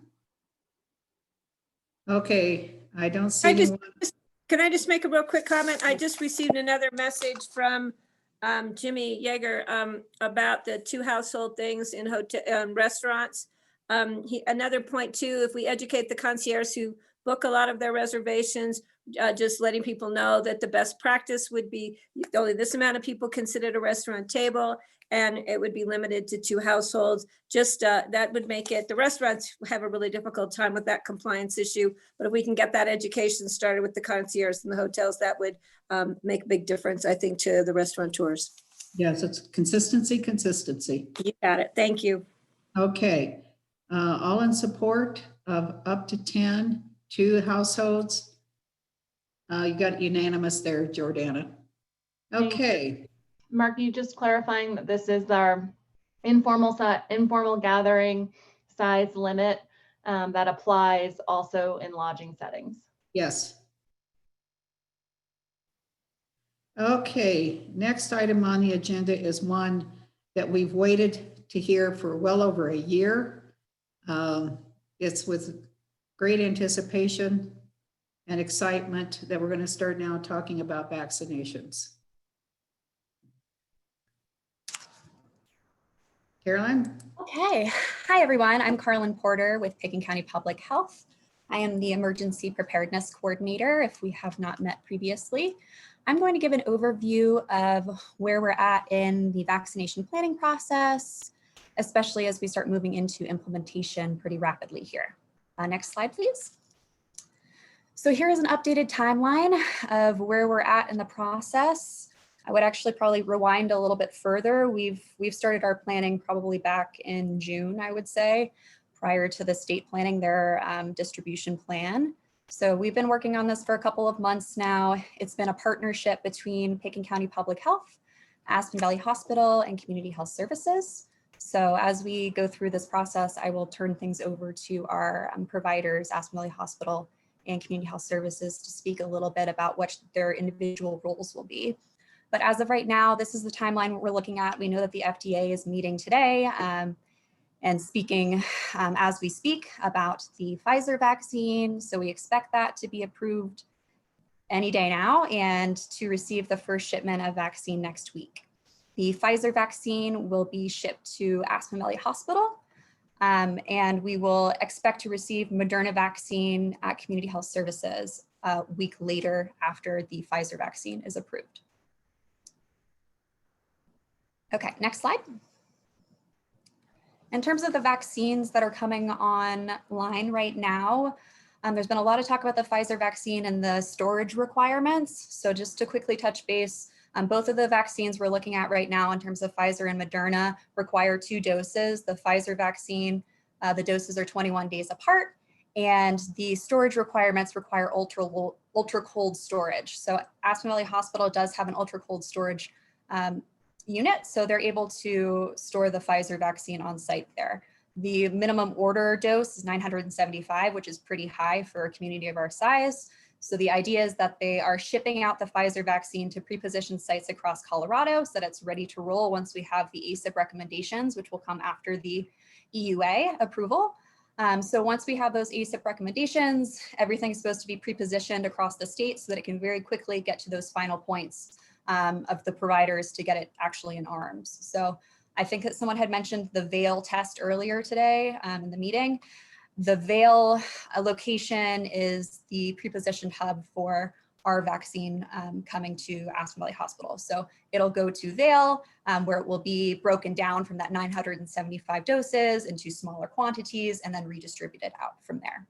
Moderna is expected to follow the week after. It's similar in the fact that it has 2 doses, but it has much more flexible storage requirements in terms of it not requiring to be in ultra cold storage, and it can be refrigerated, a smaller minimum dose order of 100, which is much more manageable, and will not be much farther behind the Pfizer vaccine. A question we've also received is about the second doses, whether we will need to be requesting and kind of reserving those second doses to make sure people get through the full series. But the state is planning to hold the second dose on reserve so that we make sure that everyone has the opportunity for their second dose once they get started with the series. I'm not going to dive too deep into the other vaccines because I think that this is really what we're immediately looking at is the Pfizer and Moderna, but there's also going to be ancillary kits set out with supplies to help with the administration of vaccine. Next slide, please. Okay, so this came out yesterday from the governor's office. It may be a little different from the phase distribution you've seen in the past. There was a table prior that was similar, but a little different. Some of the changes are that we're kind of moving to this seasonal model of going from winter, spring, summer, starting with a very targeted phased approach in winter, and then having it generally open to the entire population by the summer. So starting in phase 1 is really where we're at in terms of logistics and operations and boots on the ground. Like we're getting close to implementing the first phase because we're seeing the vaccine become available. So phase 1A is the highest healthcare or the highest risk healthcare workers and individuals. So these are people who are really going to have actual direct contact with COVID-19 patients. Primarily, those are going to be people who are working in the hospital system, right? So Aspen Valley Hospital, because of their storage capabilities and because they are primarily serving this population, will be taking the lead for most of these folks in that population. They also are going to be taking the lead for vaccinating our long-term care facility staff and residents, which is going to be Whitcomb Terrace, which is about 25 people. And in terms of numbers, to give you a sense of the scale of what we're talking about here, the population estimate for healthcare workers in Picken County was 372. We're not sure in terms of what doses we request and what we're actually going to receive, but we're talking about hundreds of people in phase 1A, hundreds of people in phase 1B, thousands of people in phase 2, and then obviously thousands more in phase 3. So starting small and scaling up essentially, and we're looking to community health services to provide our vaccinations to our first responders. So I'm going to stop here and let Liz jump in and speak a little bit to community health services and what role they will be providing in this response. Good afternoon. I'm Liz Stark. I'm the Director of Community Health Services. We're the clinical arm of public health and partnering obviously on this big event. So as Carlin mentioned, we'll be receiving the Moderna vaccine because its storage capability is only frozen vaccine, which we have the capacity to store. And we'll, as soon as that vaccine arrives, we will have plans in place to vaccinate the folks that are listed in the 1B category, and those would be additional healthcare workers who have less contact with COVID patients, dental settings, and our first responders. So we have begun outreach to those different organizations just to get a head count and know that our shipments of vaccine will come weekly. We don't yet have any idea how much Moderna will receive in the first week or any subsequent week for that matter. The rollout will be dependent on how much vaccine we get from week to week. So we don't expect that we'll be able to vaccinate everyone in 1B during week 1 because we probably won't receive enough vaccine to do that.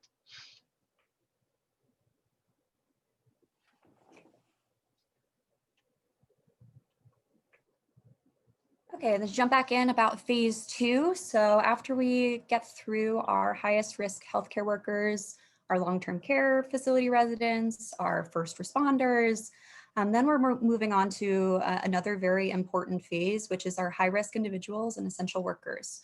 So there's a lot of different people that fall under this category, people over 65 years old, people with conditions, including obesity, diabetes, chronic lung disease, heart disease, kidney disease, cancer, immunocompromised. And then we also have a lot of the essential employees that we have working in the community, people that are facing the public and are at high risk for exposure.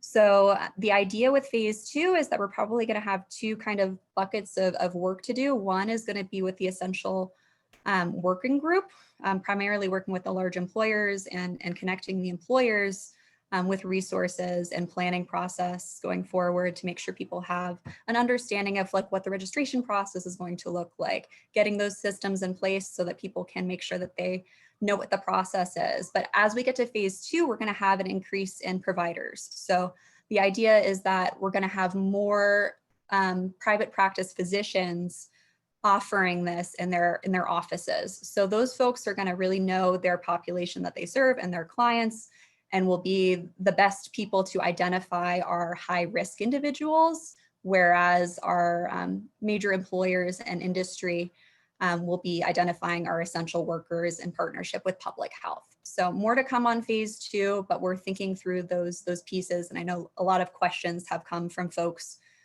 who are essential workers trying to figure out when, where they're going to be able to get vaccine. It will be here locally, because that's one question we've received is, am I going to have to go to Denver? Am I going to have to go down Valley? It will be locally available in multiple places. So more to come there. And then by the time we get to phase 3, we're thinking that this will also be widely available in pharmacies and other typical ways that you would get a flu shot, thinking about where those are readily available. And I think that's all we have for now, so we'll stop for questions. Any questions from board members? Tom? Yes, I wanted to comment on the approval by the advisory committee, because among the things I've done in the past, I've served as FDA medical officer, and I've served on some of these advisory committees that is meeting today. Once the advisory committee comes to the FDA reviews that, and usually within a few days decides in a positive manner to follow the advisory committee. And I would assume that's going to be either tomorrow or on Monday, Tuesday next week. So at that point, then the Pfizer vaccine would be given. The next thing to consider is keeping track of the people who are immunized. Now, I know Liz Stark, which I'd like to hear from her at Community Health Services, has a link with the CDPHE where you keep track statewide of everyone who's had immunizations.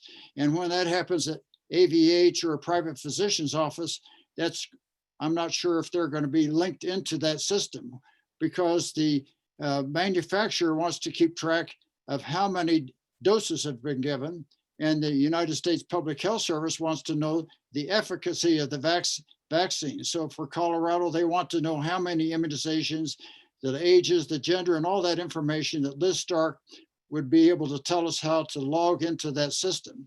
And lastly, in the last few days, the people who have gotten the Pfizer vaccine have had some serious allergic reactions. So people should be warned that those with serious histories of vaccine reactions in the past should consider discussing this with their physician first. Thank you, Dr. Kurt. I'll respond to your question about the Colorado registry. There's a database at the state called the Colorado Immunization Information System, or CIS.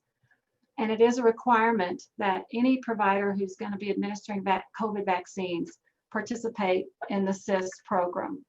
So the hospital has that capability. Of course, Community Health Services does. And so as we get into the phase 2 providers, the state and some of our local providers already do upload information into CIS from their electronic health records. But for those who aren't, the state will provide support and training to get them on board. And of course, Community Health Services will probably be providing some technical assistance in that area too. But you're right that every vaccine has to be put into CIS within 24 to 72 hours of administration. So there will be heavy requirements for documentation and tracking. Thank you. Other questions for Carolyn or Liz? Mark, Okay. Greg here. Greg? Yes, could you please speak on how will our protocols for health change after this vaccine comes? I saw an article on November 19th in Time Magazine talking about, what does this really mean? What to expect when the vaccines are here? And what I'm hearing is we still need to maintain a lot of the 5 commitments with social distancing and masks. Can you speak on that? Jordana?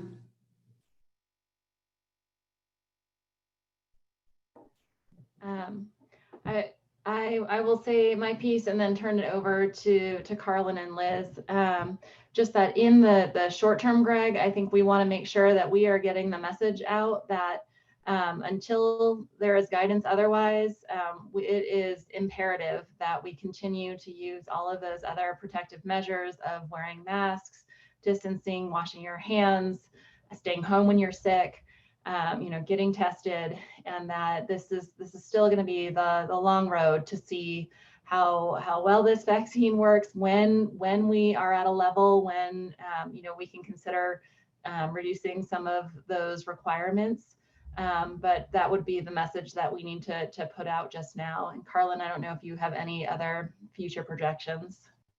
Yeah, no, I think that's spot on. And I would follow up with just an equity perspective that obviously not everyone is going to be able to get the vaccine immediately. So there's going to be a need for folks to continue doing, like, stay the course on what you've already been doing until everyone has the opportunity to receive the vaccine. So yeah, I would agree with what Jordana had said, that don't expect to get the shot and to take your mask off and go back to life as it was pre-pandemic, because I think that that's not a reasonable expectation, but it's a step in the right direction, right? Of things that are going to get us to the end of this, but it's not really. We want to make sure that we're messaging that to the community of this is a great, wonderful thing, and we're very excited about the implementation of vaccines, but we expect that there's going to be other pieces of the puzzle going forward as well. Thank you, Carol. Yes. Ann? Yeah, thanks. So Carolyn or Jordana, or Liz, nice to see you, Liz. With both vaccines coming in at about the same time, how will you decide which vaccine goes to which facility? Will someone coming in say, no, I want the Pfizer, not the Moderna?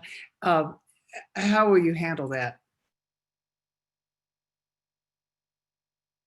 The Pfizer vaccine will go to the hospital exclusively because they have the storage capabilities.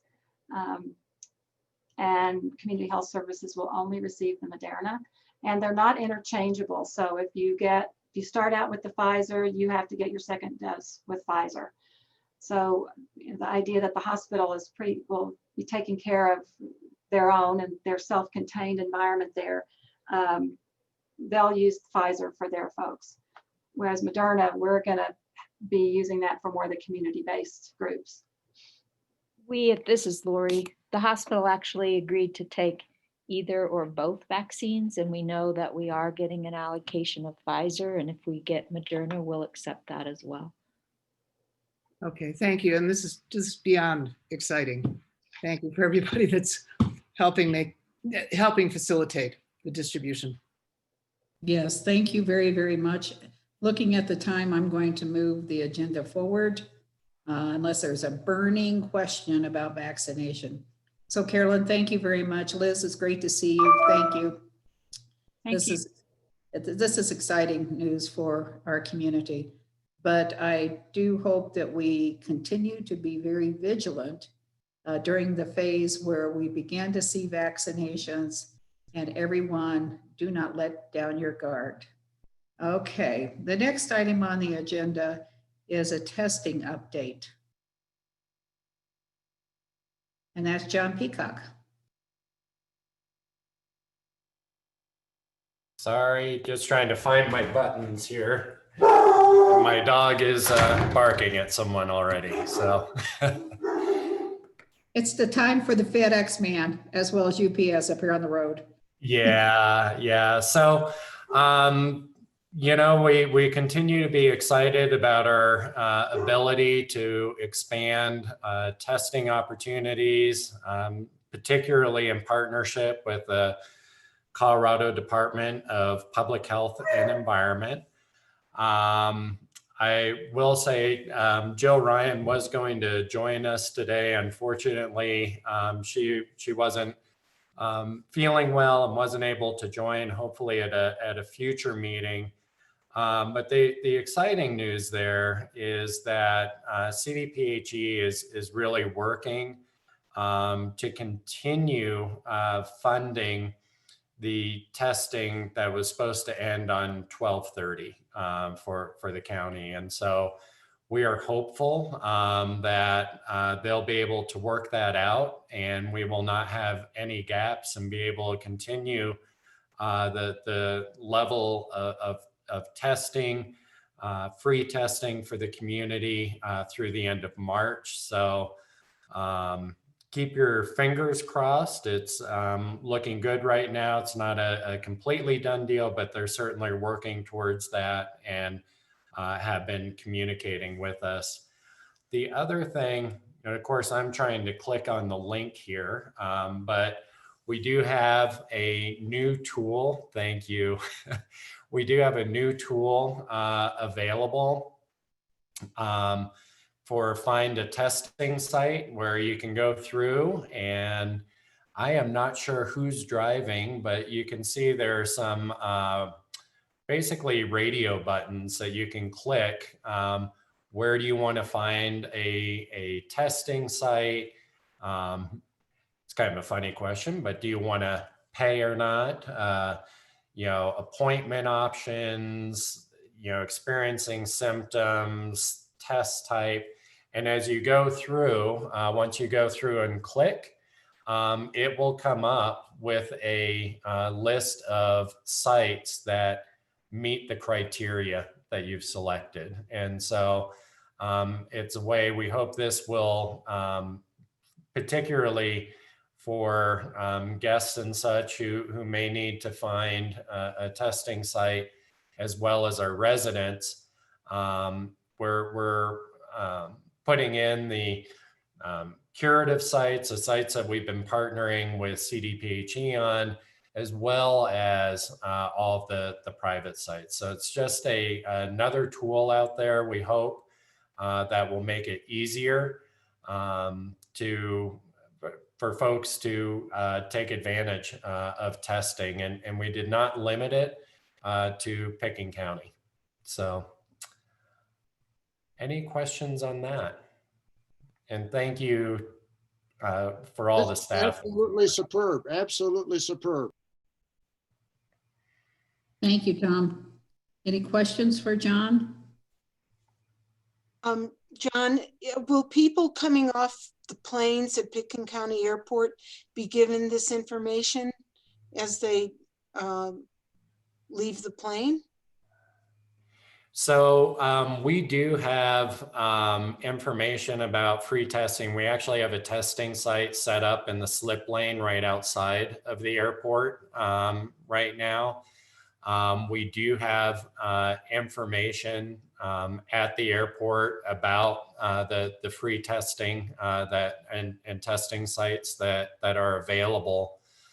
And then we're also looking through our, in terms of the affidavit, how we push that information out. So yes, it is there. Other questions for John? Okay, if not. Question, Yep. Marky? Yeah, go Thanks.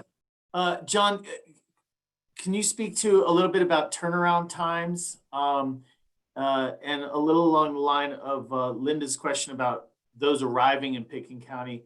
Part of the visitor affidavit is that test requirement. Are we moving to a situation where people are going to have more rapid turnaround, so that our expectation of people having tested while they're enjoying their vacations here is something that we can facilitate easier here?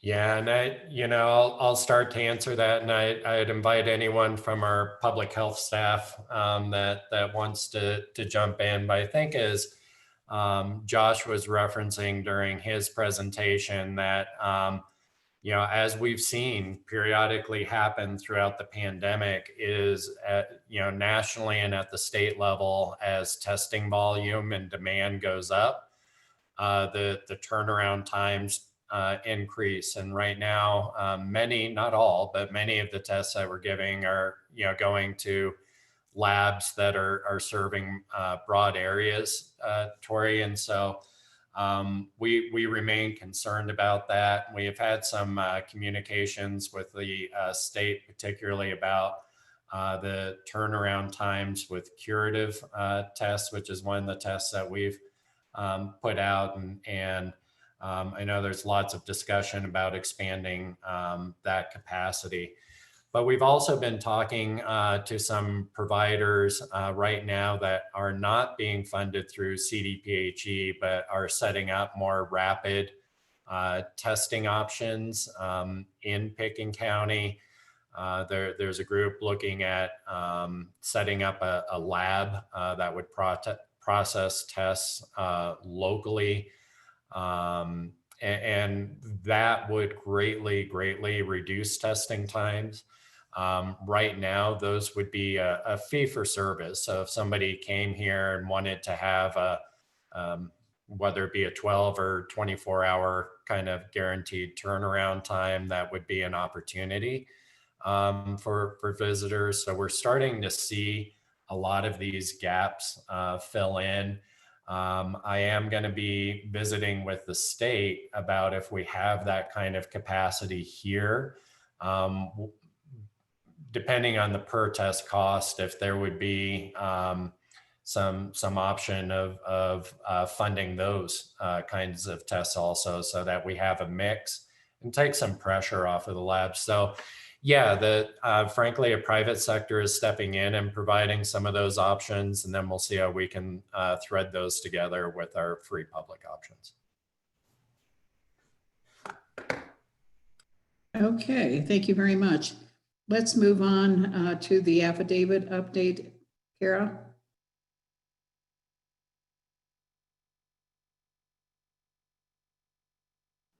Sorry, kind the button. Thank you, Marky. You can move to the next slide. So update, it feels like a whirlwind, I guess, since we last talked to the Board of Health about the traveler affidavit and gave direction to move forward with this program. So just a brief overview of what it is, how we got to where we are today, and the implementation plan we're working on for Monday. So again, as presented to the board, is really the purpose of the program is to reduce the likelihood that travelers arriving into Picken County will come with COVID-19, reduce the number of infections once everyone is done with their travels and gets to Picken County across our community, and really maintain that adequate capacity at Aspen Valley Hospital, as well as, you know, what we heard loud and clear from our partners, and we're hearing from individuals as well, is using it as a marketing tool of making Picken County a safer community for our guests to come to. Next slide.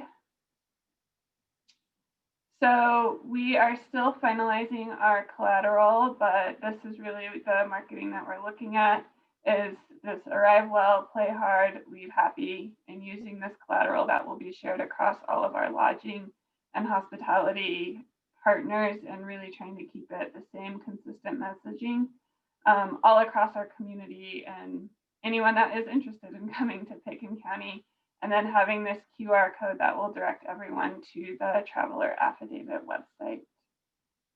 Next slide. I think that you're all aware of this. I think there's been enough discussion of why we need to implement this program. So next slide. And also looking at what we're seeing across the state. This is a sample that Massachusetts uses, as well as trying to identify those high-risk communities and states. And so we're looking at implementing this as we think about this program for the long run, is identifying those high-risk areas across the country and international travel, and identifying what is that uncontrolled spread to help identify travelers coming into Picken County. And so again, just as has already been shared, we have a national issue going on right now. So next slide. So just real quick, how we got here. I think you all are aware of what happened before November 19th. So I just want to give a quick update of what has happened since the last Board of Health meeting. Is we convened a small task force of lodging sector and SKICO and the chambers and marketing and tourism groups together to really help take the direction that was presented at the Board of Health meeting and come up with what the program looks like as it is today. We had a convening right before, or sometime around Thanksgiving holiday. They kind of all blend together to give some feedback and really help us brainstorm on what the mechanics are. That's where we discussed that it really is a single platform, that all hospitality and lodging would direct guests to our website. And so really building up that partnership of we would host the information, and the partnership with the lodging and hospitality is to push the information. And that's really where that emerged. And then helps have a couple more meetings of what that information push, what the resources are that they need in order to make this successful. And some of the things that came out of that as well is, you know, we heard loud and clear a desire to push this as soon as possible for the holiday season. We also heard from the community of needing a little bit more time to push it. So originally we were looking at December 7th, and that's where we pushed it out to December 14th, recognizing the time that I think we all collectively have found we need in getting this information rolled out accurately across the community and our guests. Next slide. So how it works. Again, the graphics are still in draft mode. They'll be revised a little bit over the next 24 hours, but basically prior to arrival, 72 hours, hoping guests complete their, or any traveler gets a negative test before they travel. It's all travelers 10 years and up, and then completing the affidavit form prior to arriving in Picken County. As Josh alluded to, we're seeing across the nation some delays in testing turnaround time, but we still really, based on that CDC guidance, and as I understand from Josh, is that 72-hour really is still the best practice. And if you don't have those test results when you arrive, asking guests to quarantine until those test results are returned. And then we have clarified that if someone has tested positive with a PCR test in the past 90 days, per CDC guidance, that is still considered the same infection. And Josh, please jump in if I'm using the wrong terms. And so those folks are not required to have a negative test if they had a positive within the past 90 days. If it's been more than 90 days, they're still required to have that test. Next slide. This was already alluded to, but what happens if they haven't had the test? Again, the option is always to quarantine. The test is not required. It's quarantine or get tested and await those results until you get the negative test. And with the new testing site finder, makes it easier for any guests arriving to know where they are able to go to. Next slide. So who must complete the form? It's any non-Picken County resident spending 1 or more nights in Picken County that doesn't meet the exemptions. Those exemptions, we've had a lot of questions about them, are again for those commuting into work, as well as those that meet the federal guidelines for critical infrastructure. So for example, transportation, the flight crews that are coming in do meet those exemptions and are not required. It does not apply to anyone that's coming just for the day, just spending 1 or more night. And that was really feedback from the lodging and the task force group of to make it just 1 night. It's the easiest way to try and implement this program. All children, all dependents need to be listed on the affidavit, but only those 10 and above need to have the test completed. Based on the conversation, we'll change this 3rd bullet today after the conversation earlier today. But again, just using this as an opportunity to educate our visitors of what are the requirements when they come into Picken County. That is an important element of this, that it's not just the test, it's understanding what are those personal gathering limits, what are the masking requirements, what are the quarantine and isolation, so people know what to anticipate when they get here, and what happens as well as if they might be exposed or symptomatic. And then as well as giving some guidance of what happens. This was a soft launch since last week, and so we've had a lot of questions about people coming and arriving before December 14th. And again, just pushing out the CDC guidance is really what this is built off of.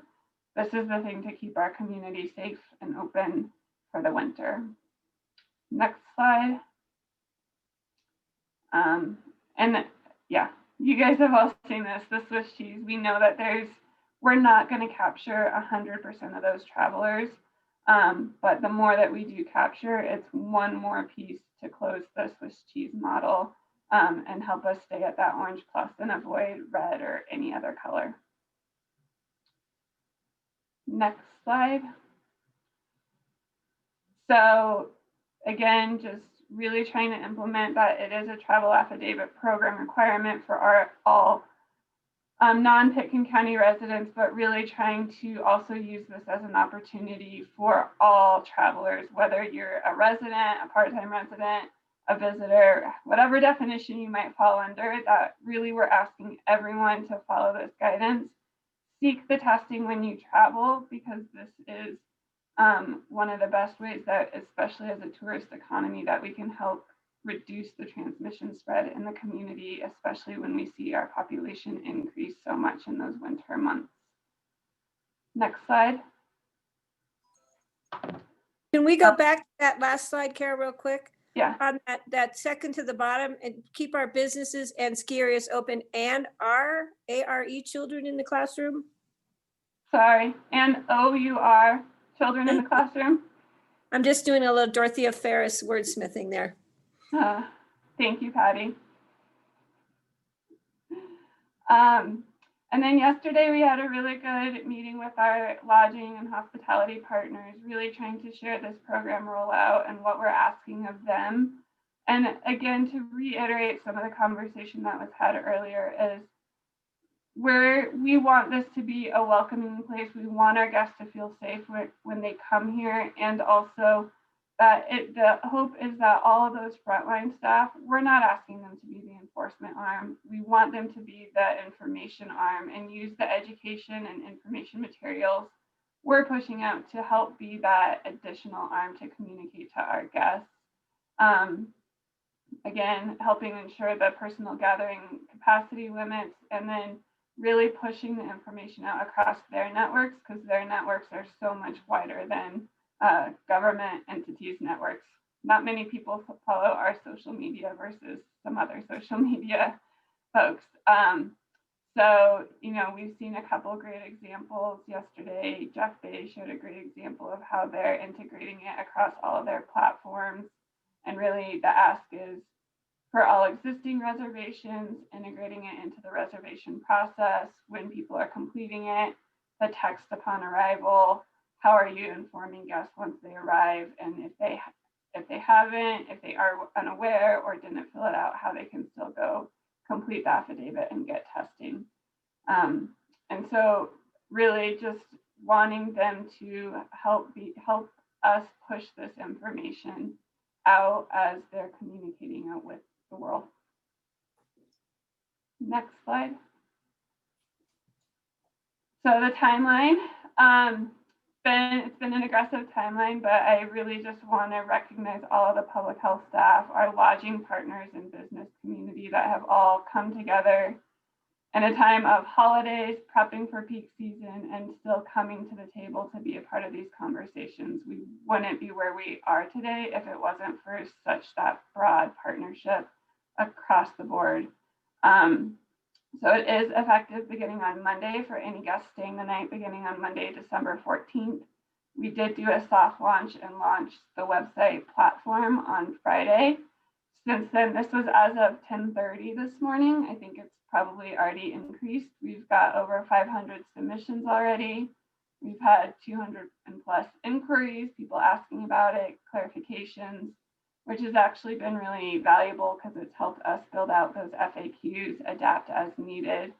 And then our goal is tomorrow, we will be wrapping up our communications plan with those collateral materials. We're gonna have a big Google document with all the digital files available for people to integrate into their different messaging systems, and share that out across all of our lodging and hospitality partners, including short-term rental group and group sale partners that we've been able to connect with over this past week, and are hosting an aviation industry meeting tomorrow for both commercial and the FBO of how to roll this information out. And so that really is the timeline and how we're trying to push this out and get as prepared as we can for Monday. recognizing again, the more we capture, the better off we'll be. And it's taking the whole community effort, and that it's been a big lift, and we wouldn't be here if it wasn't for everyone's help. And I think that is it. Yeah, so if there's any questions. Thank you, Kara. This has been a lot of heavy lifting in a very short period of time. So, Kara, thank you for acknowledging those who have helped and worked tirelessly to make this happen. And thank you for leading that effort. So if there's questions for Kara, we just opened the chat. So people who are calling in or are watching the board meeting can also weigh in or ask questions. I just received a text from someone who I see Rick Sussman is, hello, Rick. But someone just texted me, they live here in Snowmass Village, Picken County residents. They will have been gone for a month and they're coming back on the 15th. Do they have to do an affidavit? Kara? Yeah, so again, they don't need to do the affidavit. We are working and we'll clean up some messaging for tomorrow, and we'll push this out broadly of what it will look like for residents. So we understand the travel affidavit is not for residents. Again, best practice, right? We're all in this to try and avoid moving to the red. We're asking everyone to still follow that testing requirement. If you've been gone from our community for more than 7 days, go get testing or quarantine once you get back to make sure that we're not bringing that more of that disease back into our community. Thank you very much, Kara. For Rick Sussman, No Mask Club. Is the affidavit applicable to second homeowners? Yeah, so Rick, we learned a lot over the past week. We're getting some clarity on how that affidavit is applicable to second homeowners, and we'll get that clarified and shared out tomorrow in our communications. Okay. Another question, this has come in with regard to 2 household rules. What exactly comprises a household? Would that be parents whose children are arriving back from college at various times, or anyone whose guests are arriving in increments? That answer to that one's above my pay grade. So I'm looking over to Jordana. So a household is defined as the people that you normally live with in your household. That is your household as it is defined for these purposes. Okay, thank you very much. Next question. Will this college ski group that is expected in mid-December be required to use the affidavit and to test before arrival here? The answer to that is yes. Okay, any other questions? Marky, Greg here. I just received an email from a hotelier, the manager of the W and Sky Residences. And he may be trying to get on the chat, I'm not sure. This is Greg Durr, and he says, the W Aspen has received dramatic cancellations.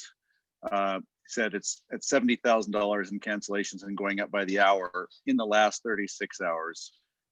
And he says these are from guests calling who are verbally indicating that the testing requirement that is part of the affidavit is too burdensome and they're opting to go to another Colorado resort. I've heard, similar sort of concerns that this is just such an onerous thing to ask people to sign an affidavit. But when you look at what we're seeing nationally in other resorts elsewhere that have already gone into the red, for instance, that are going to be closed, I don't think, my personal opinion is that I'm just not certain of that. It sounds like anecdotal evidence. I don't think anybody's intent is to cancel our resort season here. But if people are canceling because of the hassle of filling out an affidavit, to me, something isn't right there. And I think we have a messaging issue that we're going to need to address. But I think we need to look into it because we're being this is being used as a reason for all these cancellations. And that's from Greg Durr at the general manager at the W Aspen. Thank you very much. And needless to say, to another Colorado ski resort, we're talking reservations, and most of those reservations are already getting filled. So anyway. Well, I think the point I was making is that we're hearing that there are cancellations going on in resorts across the state. It's not just us because of the affidavit. People are canceling their trips because they're concerned for their health, or they're concerned about being trapped in a place or quarantined. So it may be more to them than just this affidavit, but I'd like to hear what other people think before I opine anymore on that.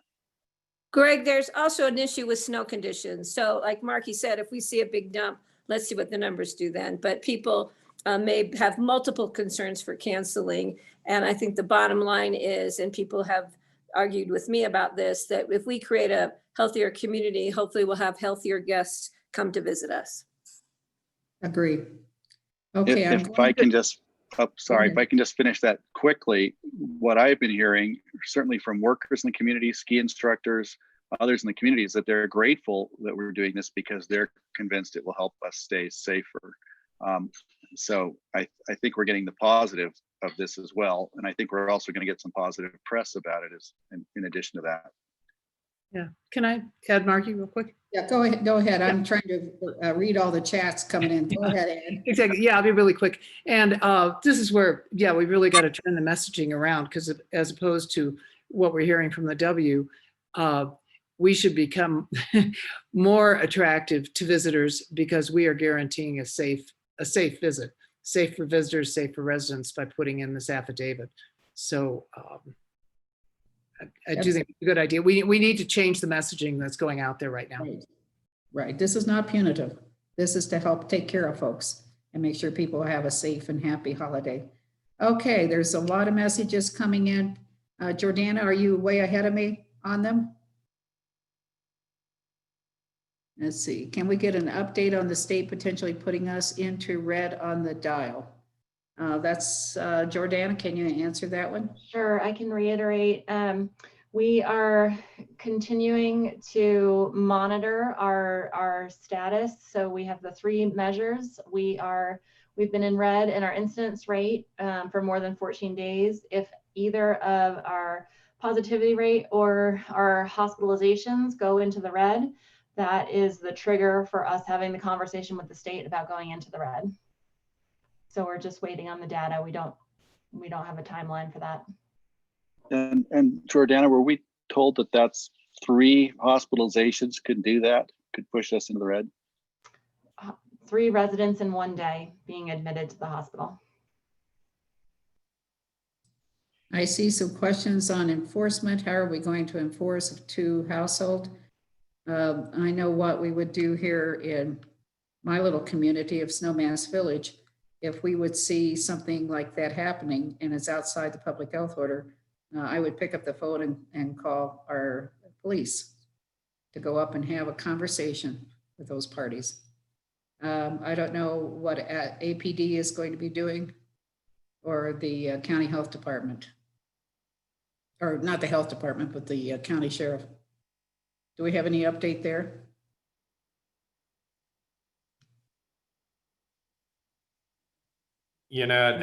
Marky, in discussions with managers, I think they, from all jurisdictions, indicated that they would expect the enforcement action to first go through public health, and then as public health needed support through law enforcement, it would go there. Look, I think one of the things that we all need to understand is we are trying to implement restrictions in a way that keep us from moving into the red and purple zones, where we no longer have a choice around the level of business activity. So we're trying to balance restrictions with our ability to stay open at some level and have some economy. we are going to need, we're going to be communicating through the various lodging platforms to, make sure that these requirements are understood. We have it in the affidavit. And to the greatest extent possible, we're going to be looking for voluntary compliance and hoping that we can minimize the need to have folks going out and monitoring this. But if necessary, it will be enforced through our public health orders and if necessary with law enforcement support. Okay. Okay, Jordana, was there anything else in all of these numerous that you want to address, numerous chat? Marky, I know we've only got a couple of minutes left with the board. I want to share that we have a community meeting tonight that is from 6 to 7 o'clock, where we'll be covering a lot of these same topics, and there will be additional opportunities to ask questions and get answers. So please bring your questions there, and we are continuing to address these and update our FAQs and the traveler affidavit information that will be pushed out tomorrow.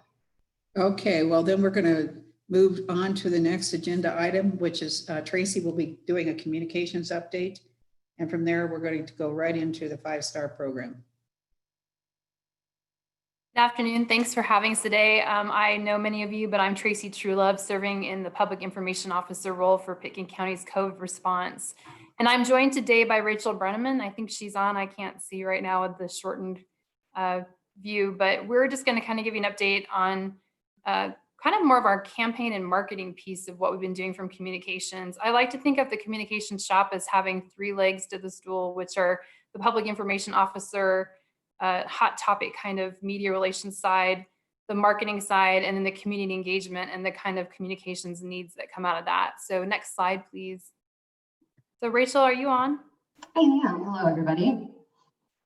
My name is Rachel Brenneman. I am part of the COVID communication team working with Tracy and all of the other talented staff members from the county. We wanted to point out 4 key areas of things that we've been working on in the last few months reflected here. Next slide, please. And here are a bunch of juicy numbers talking about the breadth of reach that we have gotten, increased our reach over the last few months. I came on in September as just kind of a fresh set of eyes, and I felt like everybody was doing an incredible job, but we really wanted to just turn up the volume a little bit and amplify the reach of our messages. So we did a bit of a redesign on the website. As you can see, we've had some pretty incredible increase there, about 350% since October when the new site was launched. We're doing a weekly newsletter. We'll talk a little bit about that in just a moment. So, and I want to just mention the advertising campaigns and social media. A lot of the feedback we've gotten from meetings like this have been what we've taken into the communications team and then started to crank out again what we think are those most important topics we need to get out into the community. So go ahead and move to the next slide.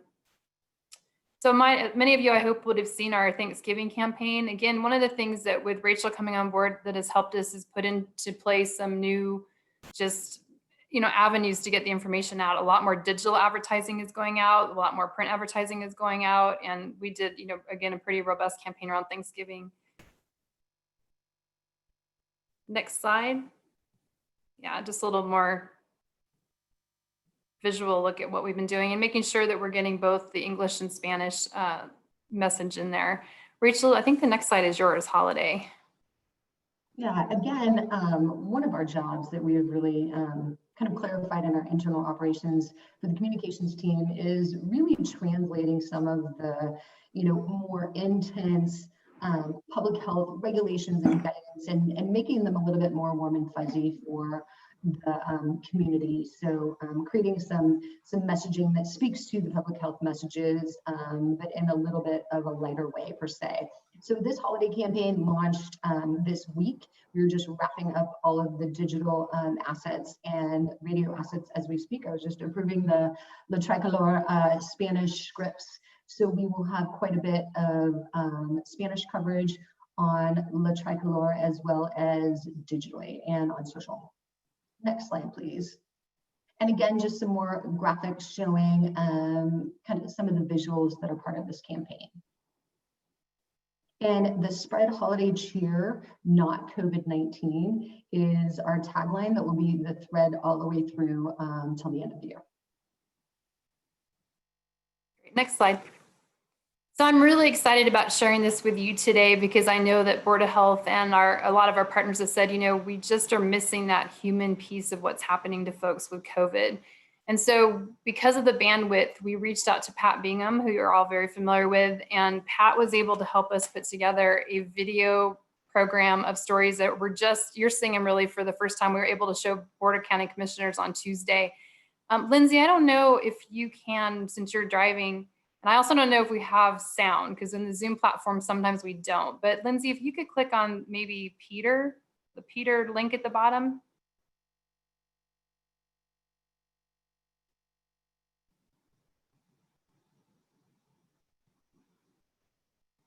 Okay, we don't have volume. This is always an issue with the Zoom platform. So I don't know if Lindsay can kind of figure out if there's a way to turn that on the Zoom platform. We did the other day.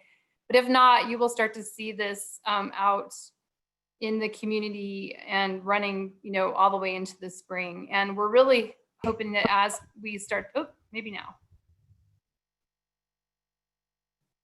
Yeah, Tracy, let's try this one more time, okay? Okay. My name is Peter Olenek. I am 36 years old. This summer I came down with COVID. I was sick for like a week, but then I had about a month long of fatigue. Going up the stairs in my house felt like I ran a marathon. Someone being pretty healthy and hearing about other things about COVID, I didn't think that those symptoms would happen for me, and pretty scary knowing if I'd be able to get back to doing what I love.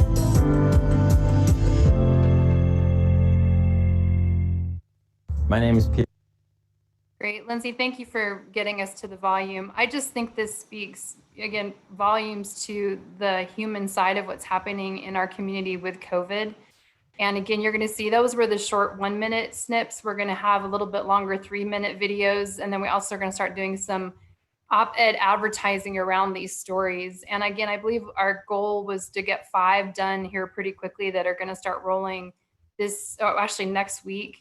And then we'll add on to this as we need to. But if that doesn't kind of get you right here in the heartstrings, I'm not sure what does, because these are people that are in our community, and it's really had an impact. So that again was something we heard loud and clear was just kind of missing in the narrative that was being put out around COVID. So I just hats off to Pat for jumping in and doing something that she's very masterful at doing, and we are so grateful that she's joined our team again. So I'll go to next slide. Rachel, you want to jump on this one? Sure thing. So back to the website a little bit, just to point out some of the hot topics that we are finding people gravitating towards on the website. The COVID stats, the COVID dial, the get tested, and then the feature there right below that blue newest information bar, which is a rotating featured blog post.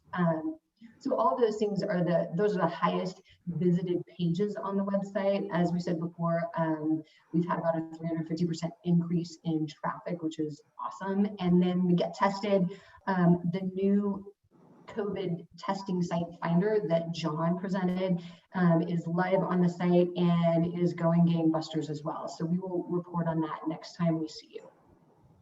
Next slide. All right, traveler affidavit. Kara did a great job of really bringing up to speed. But one thing I will mention, just this morning, we talked about, again, over 500 people have already filled out the affidavit. This story got state and national coverage and probably will continue to. And we also have noticed about a 50% increase on hits to the COVID homepage of our website. So I think, again, one of the things that's happening is that it is turning into a marketing tool. People are understanding what we're asking you to do when you come to our community. And we are trying to, like, you know, again, I don't know if spin is the right word, but it reminds people the steps we're expecting you to take, which is still our 5 commitments and all the other tools that we have in our toolbox. Go ahead to the next slide. The newsletter is another great communication piece we've been utilizing to get information to the community quickly. As you can see here, we started end of July. We've had 23 newsletters so far. Most of them are pretty comprehensive with lots of great information in them. And then we also use it for kind of those quick hits when we have big changes to the public health orders. We started with about 1,000 people, and we've grown that to about over 1,300, which about 300 of those are responsible, came from our paid social campaign, which is really feeding lots of traffic to the website. Obviously 1,300, are we super proud of that number? Not yet. We've definitely got some work to go there, but we're working on getting more people subscribed to the newsletter so we have a larger database and a larger crowd to talk to. Next slide, please. A few other campaigns that we're going to continue to work on. This distance gives us a reason to love harder. These are ads you'll start to see on RAFTA buses. So again, we're just trying to find a little bit softer way to remind people of why we have to keep up the protective measures that we've put out there. We still love the I still wear a mask, and we're just going to continue to have to find ways to get that out there. But I do think in some ways we've socialized mask wearing here very well. So how do we again remind visitors coming that this is just something that's expected when you're here? So you'll continue to see that. We just have had some other messages that have had to kind of take front and center, so that will not go away. And again, that's going to roll out on bus advertising. You'll start to see that in other places around town as well. Next slide. So I've had the privilege of a couple meetings back updating you, and Virginia McNillis was here, who led our Healthy Winners Task Force. But these again are kind of some of the assets that have been created out of that group. And I also just want to say a large thank you to the communications professionals, throughout the Valley that participated on that task force, continues to participate.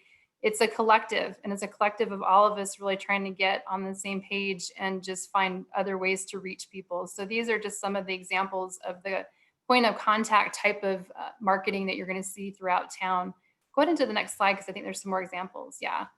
But that's, City of Aspen, Ski Co, Town of Snowmass Village, Accra, just a tremendous group of folks that have really helped us as a comms team just collaborate and elevate the message. And so we'll continue to see a lot of that work happening. So I think this was our last communications slide. I don't know if you want to open it for question and answer, Marky, or. Awesome work, just amazing work, Tracy and Rachel. If you have a burning question, we'll go ahead and ask it, but if not, we need to move on to the next topic since we have about 10 minutes left, and that's the 5-star program.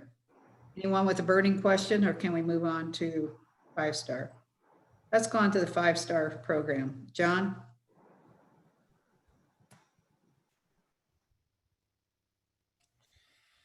Thanks. And this is going to be I think an evolving conversation. Go ahead and advance the slide. So basically, the state has been looking at a certification framework. It's based on what Mesa County had put together, and it is basically a certification program that allow businesses to operate with less restrictions than are required in the dial by going through a certification program. And so what we know about the draft framework is that a business has to have a plan.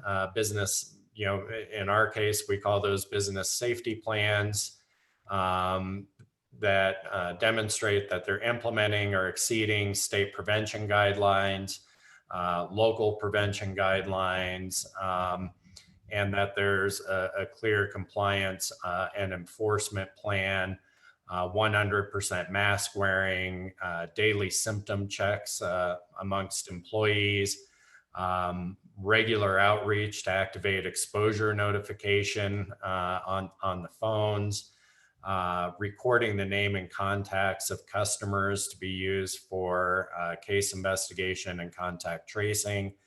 And then there would be sector-specific requirements for restaurants, gyms, personal services, and others that might be identified.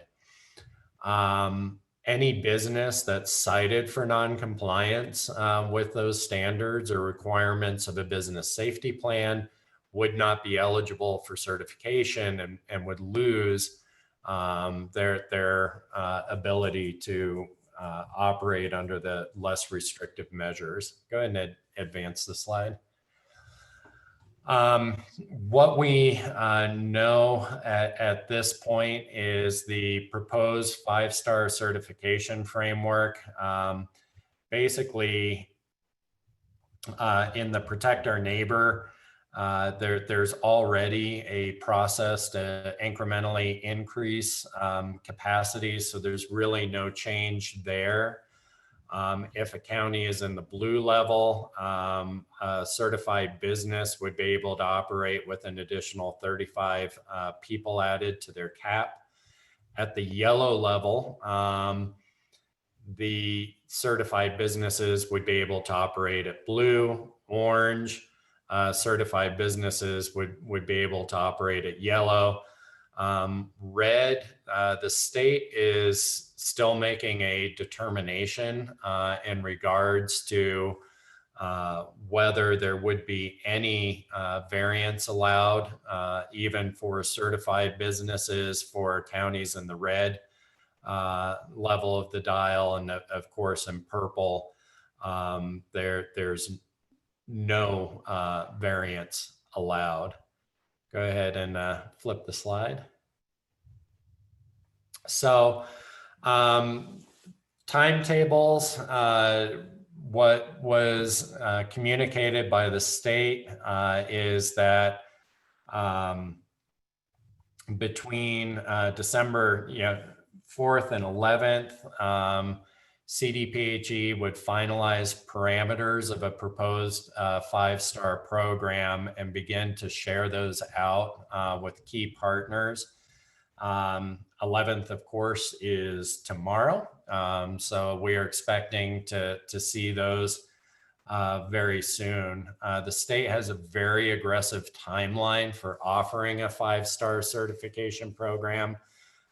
From there, they had targeted December 14th to publish final parameters, 14th to 18th to conduct training with interested and eligible counties, and to be launched on the 18th. We have heard that these timelines may be extended by up to a week, maybe less, as this is an aggressive timeline, but this is the targets that were set out with the draft framework. Go ahead and flip through. The Board of County Commissioners did have a discussion, as well as we had some community and business sector recommendations. So the board did not recommend increasing capacity levels if we are in the red level of the dial. Specifically, they're concerned about the risk of moving to full stay-at-home restrictions. They had also recommended that before initiating a 5-star program, we should see declining data for a sustained period before allowing increased capacity. Some of the key points from the community and business sector conversations that we've had, there's a lot of interest amongst the business community in having a 5-star program, and for the county and the public health board to opt in to that option. Amongst the restaurant community, there are specific concerns expressed about 10-foot spacing requirements that between tables that were proposed. Currently, In our Orange Plus, where we are right now, we require assurance that people are separated by 6 feet, not 10-foot separation of tables.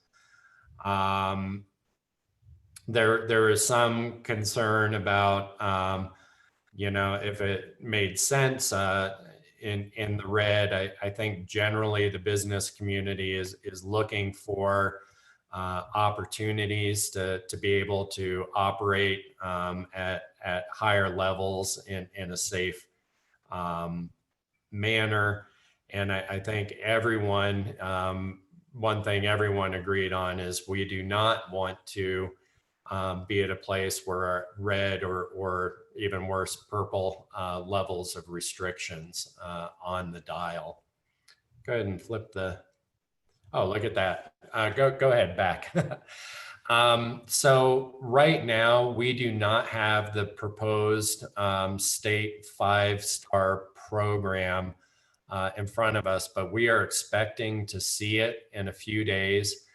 We're not asking the Board of Health for a specific decision, but we'd like to get some feedback on the board's thoughts about us initiating or opting into a 5-star program, if it's made available, under what conditions, more as a way for us to be prepared for that discussion. Because as you could see, and if you could go back to the timeline, the initial proposed timeline, thank you.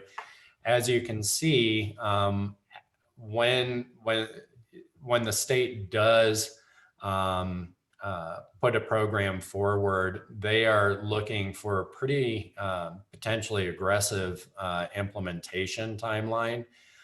So we want it to be based on what we do know today, which is not the specifics of the program, to at least have some guidance and an idea of where the Board of Health would stand on opting into a 5-star program. And I will. Marky? Yes, Patty. Yeah. John, I think we need to see, when we get some idea what the 5-star program actually means, what differs from the fact we've kind of been doing the 5-star program since what, May?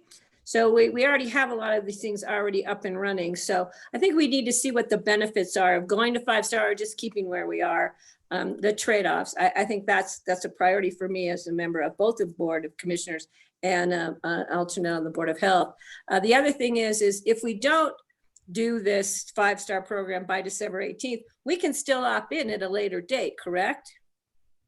So it's not like, yeah, it's not like the 18th is our, do or die day. We can still go, okay, we're looking at it. We're looking at the trade-offs and we're going to gear up to, make a decision in a week or 10 days or 2 weeks after that. So yeah, because it's a really tight time frame. But again, I think because we've been doing such a good job with a lot of these points of the 5 stars, I understand it now in Mesa County, we've already been doing.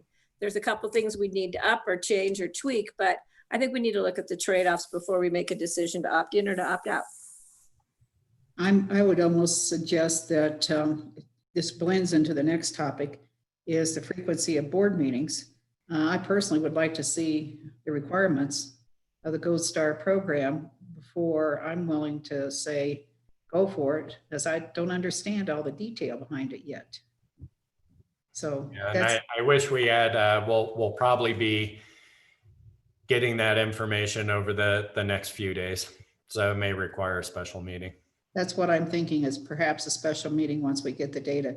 Not that we need to put additional stress on our staff, but it could be the only topic that we would discuss at a special meeting. And Marky, I'd like to see it come back to the Board of Commissioners too, since we did have that discussion about it on Monday. So John, I'm just giving you a heads up on that one. I support the BOCC in their concerns. And the point that I agree with particularly is the 10-foot difference in restaurants. Because Dr. Fauci, of the National Institutes of Health, as well as Dr. Redfield from CDC have used 6 feet. I know there's some exceptions to the 6 feet, like with the person who's singing, etc. But I think With the size of restaurants in Aspen being relatively small, 10 feet is an unreasonable requirement. Thank you, Tom. I was just reading before we started this meeting on the study out of Korea. That is 6 feet is not a good distance. It's almost up to 20 feet. So I saw that. Yeah, it's a very interesting article. I took that into account. Okay, so I would suggest we come back with a special meeting on this topic alone once Jordana gives us the heads up that it's available. And of course, we do want to include all of the people in the restaurant business and lodging business, et cetera. So, and I look forward also as a result of the MESA study, because that should be very interesting, having been over to Mesa County recently. Yeah, and that will really be used, I think, to determine if and what variances would be allowed if a county is in the red. So versus asking for a motion, do I have consensus that Jordana would give us a heads up for a special meeting? All in support, just kind of raise your right hand. So moved. Okay, thank you. Let's move on to board frequency and communication. One of the thoughts that we have had is, as we know, we've been doing these meetings every 2 weeks, which puts a heavy burden on staff to really pull everything together and make the pretty slides and continue to do all their work, which we've all seen today, which is all inspiring. So we were thinking about doing once a month board meetings, and then continuing to rely heavily on Jordana's updates in the interim period of time. I'd like to open that up for conversation, or how the rest of you are feeling.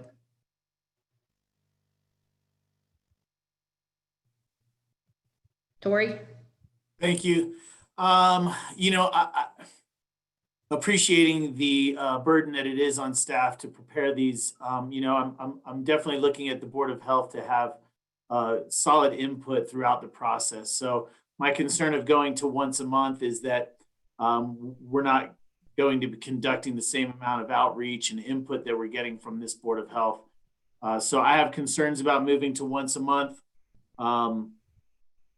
As far as for me personally as a member, I am willing to meet as much as possible. I find that some of the most important work that we're doing right now should be coming from this board and should have this board's input. So I'm just more than available for these meetings. I find them to be really well attended, very informative, but more than that, really some direction should be coming from this board, I believe.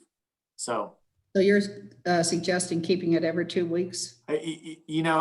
Yes, I would. Yes, okay. I would. How about the rest of you? I favor every 2 weeks until we get over this hump of the Christmas holidays. Perhaps in January, we might go to every month, but we need to get past the traveler affidavit being introduced in the Christmas holidays. And then after that, perhaps we can change to every month. Okay, well, 2 weeks from now is Christmas Eve. If I could just say something, I mean, we've got right now interim leadership. We're trying to reshuffle staff, and we need some relief. And if we're going to continue to do this every 2 weeks, we either need to have a week with a reduced agenda, but I don't think the Board of Health quite understands the amount of time that's gone in, for example, to the discussions around the visitor affidavit, and then preparing for these types of calls. And, I would just plea for some relief for staff, particularly when we're have a number of people in interim roles. I just want you to think about how much time is going in to prepare for these meetings, and then everything we're asked to do between the meetings. So I just, I need to say that on behalf of our staff. Yeah, thank you, John. And I share that concern. Patty? Yeah, I agree. I think we're going to need to have a special meeting on the 5-star program in the next week or 10 days. And then I think we should go to once a month with updates. Jordana's been doing a great job of keeping us in the loop. But Tori, on your behalf, if something comes up, I don't think that the Board of Health or John Peacock will hesitate in providing us with a special meeting. So again, I ask members of the Board of Health to keep this Monday, what day is it? Thursday time slot open, just in case. It's better to have a meeting planned and not have to have the meeting than need a meeting and not be able to attend. So I think that might be a direction we can move forward on. And then let's reevaluate once we get the affidavit up and running and make a decision on 5-star and see where our numbers are after the holidays. Okay. Set Yes. those dates But then. I was thinking that some things need to be voted on and it might just take 30 minutes. Yeah, we can always go with a shorter meeting or just a one-off topic. This whole presentation has been phenomenal, but quite frankly, there is a lot of work that has gone down over the last 2 weeks. And needless to say, I know staff were working all weekend on putting this all together. Now, between you and I'm not sure that is fair for them to have some balance in their human life. So my goal would be if we need to meet more frequently, we have that option with special meetings and perhaps a very structured meeting once a month. But why don't we pick this topic right back up? We'll see the Gold Star program. By then, the affidavit will be in place. We'll do a quick checkpoint on how that's going, any hiccups, and then determine when the next meeting might be, and hopefully it would be sometime in January. Does that seem fair? Not only fair, but it seems like that's what's necessary and going to happen just due to the scheduling that's available to us. So Right. that's fine with me. I totally agree with that. We do have holiday breaks coming up. So I think that makes the most sense. Okay, yeah. I agree and I move the meeting agreement as you stated. Thank you very much. Greg? If you need a motion, if that was a motion Kurt made and you needed a second, I'll make that. But I did want to, for this purpose of discussion, my big concern right now is that as we're transitioning to Jordana as our interim director, and we're so grateful that you're here and able to step in, I just want to make sure that everybody on the Board of Health is up to speed with Jordana regarding communication and knowledge of her skill set, so that going forward from this point on, we're firing on all 12 cylinders. And so my biggest concern about reducing the number of meetings is we get less face time with Jordana, but maybe there's a workaround, and I'm certainly happy to go to us with the opportunity for special meetings every other week if we need them, or whenever. To monthly does make me a little nervous, but clearly we don't want to overload the staff. That said, I have to say I'm nervous that in a pandemic we're reducing the number of meetings. So it's just going to be up to you all to get the special meetings scheduled when we need them. Yeah, and please know I do talk with Jordana on a regular basis. So we're very good at identifying potential issues or challenges that are And faced. I'd say the advantage of a special meeting, because we probably will have them, to your point, Greg, that things are going to come up, but they're focused. Whereas we're covering so much information every 2 weeks here. And I think Jordana is committed to keeping the board up to speed with updates as we go along too. So if I appreciate the direction the conversation's going, and thank you for hearing my pleas. Okay, we have a motion on the table. Any further discussion?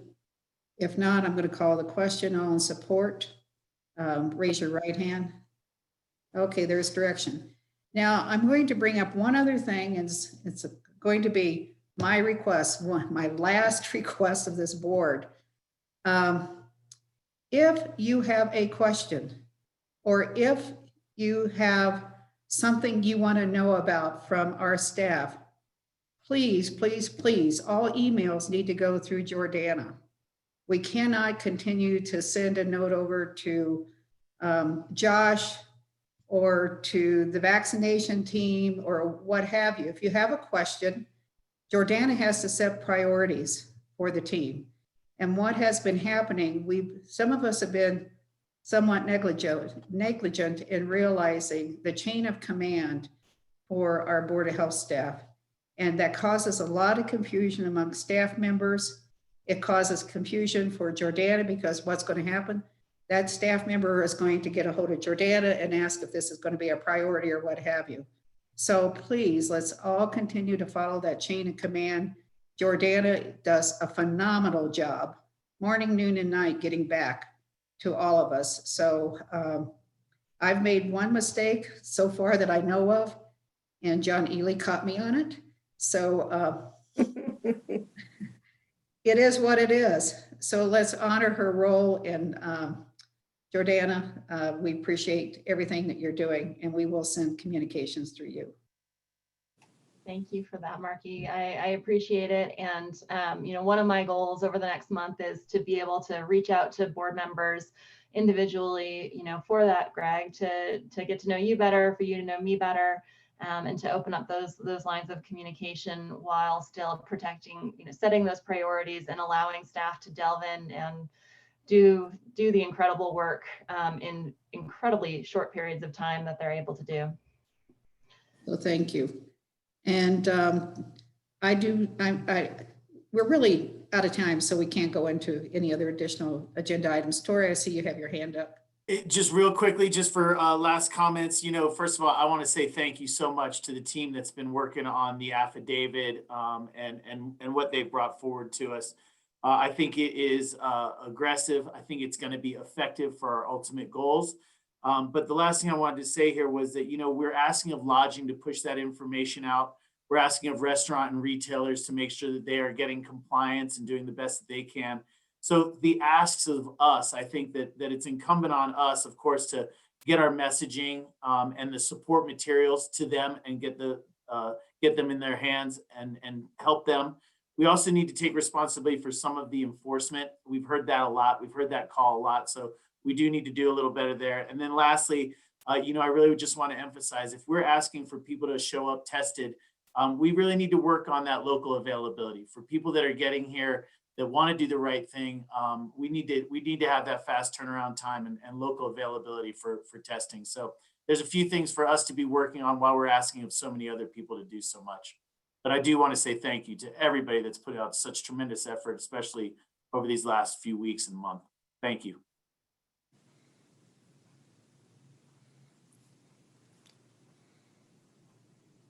Thank you, Tori.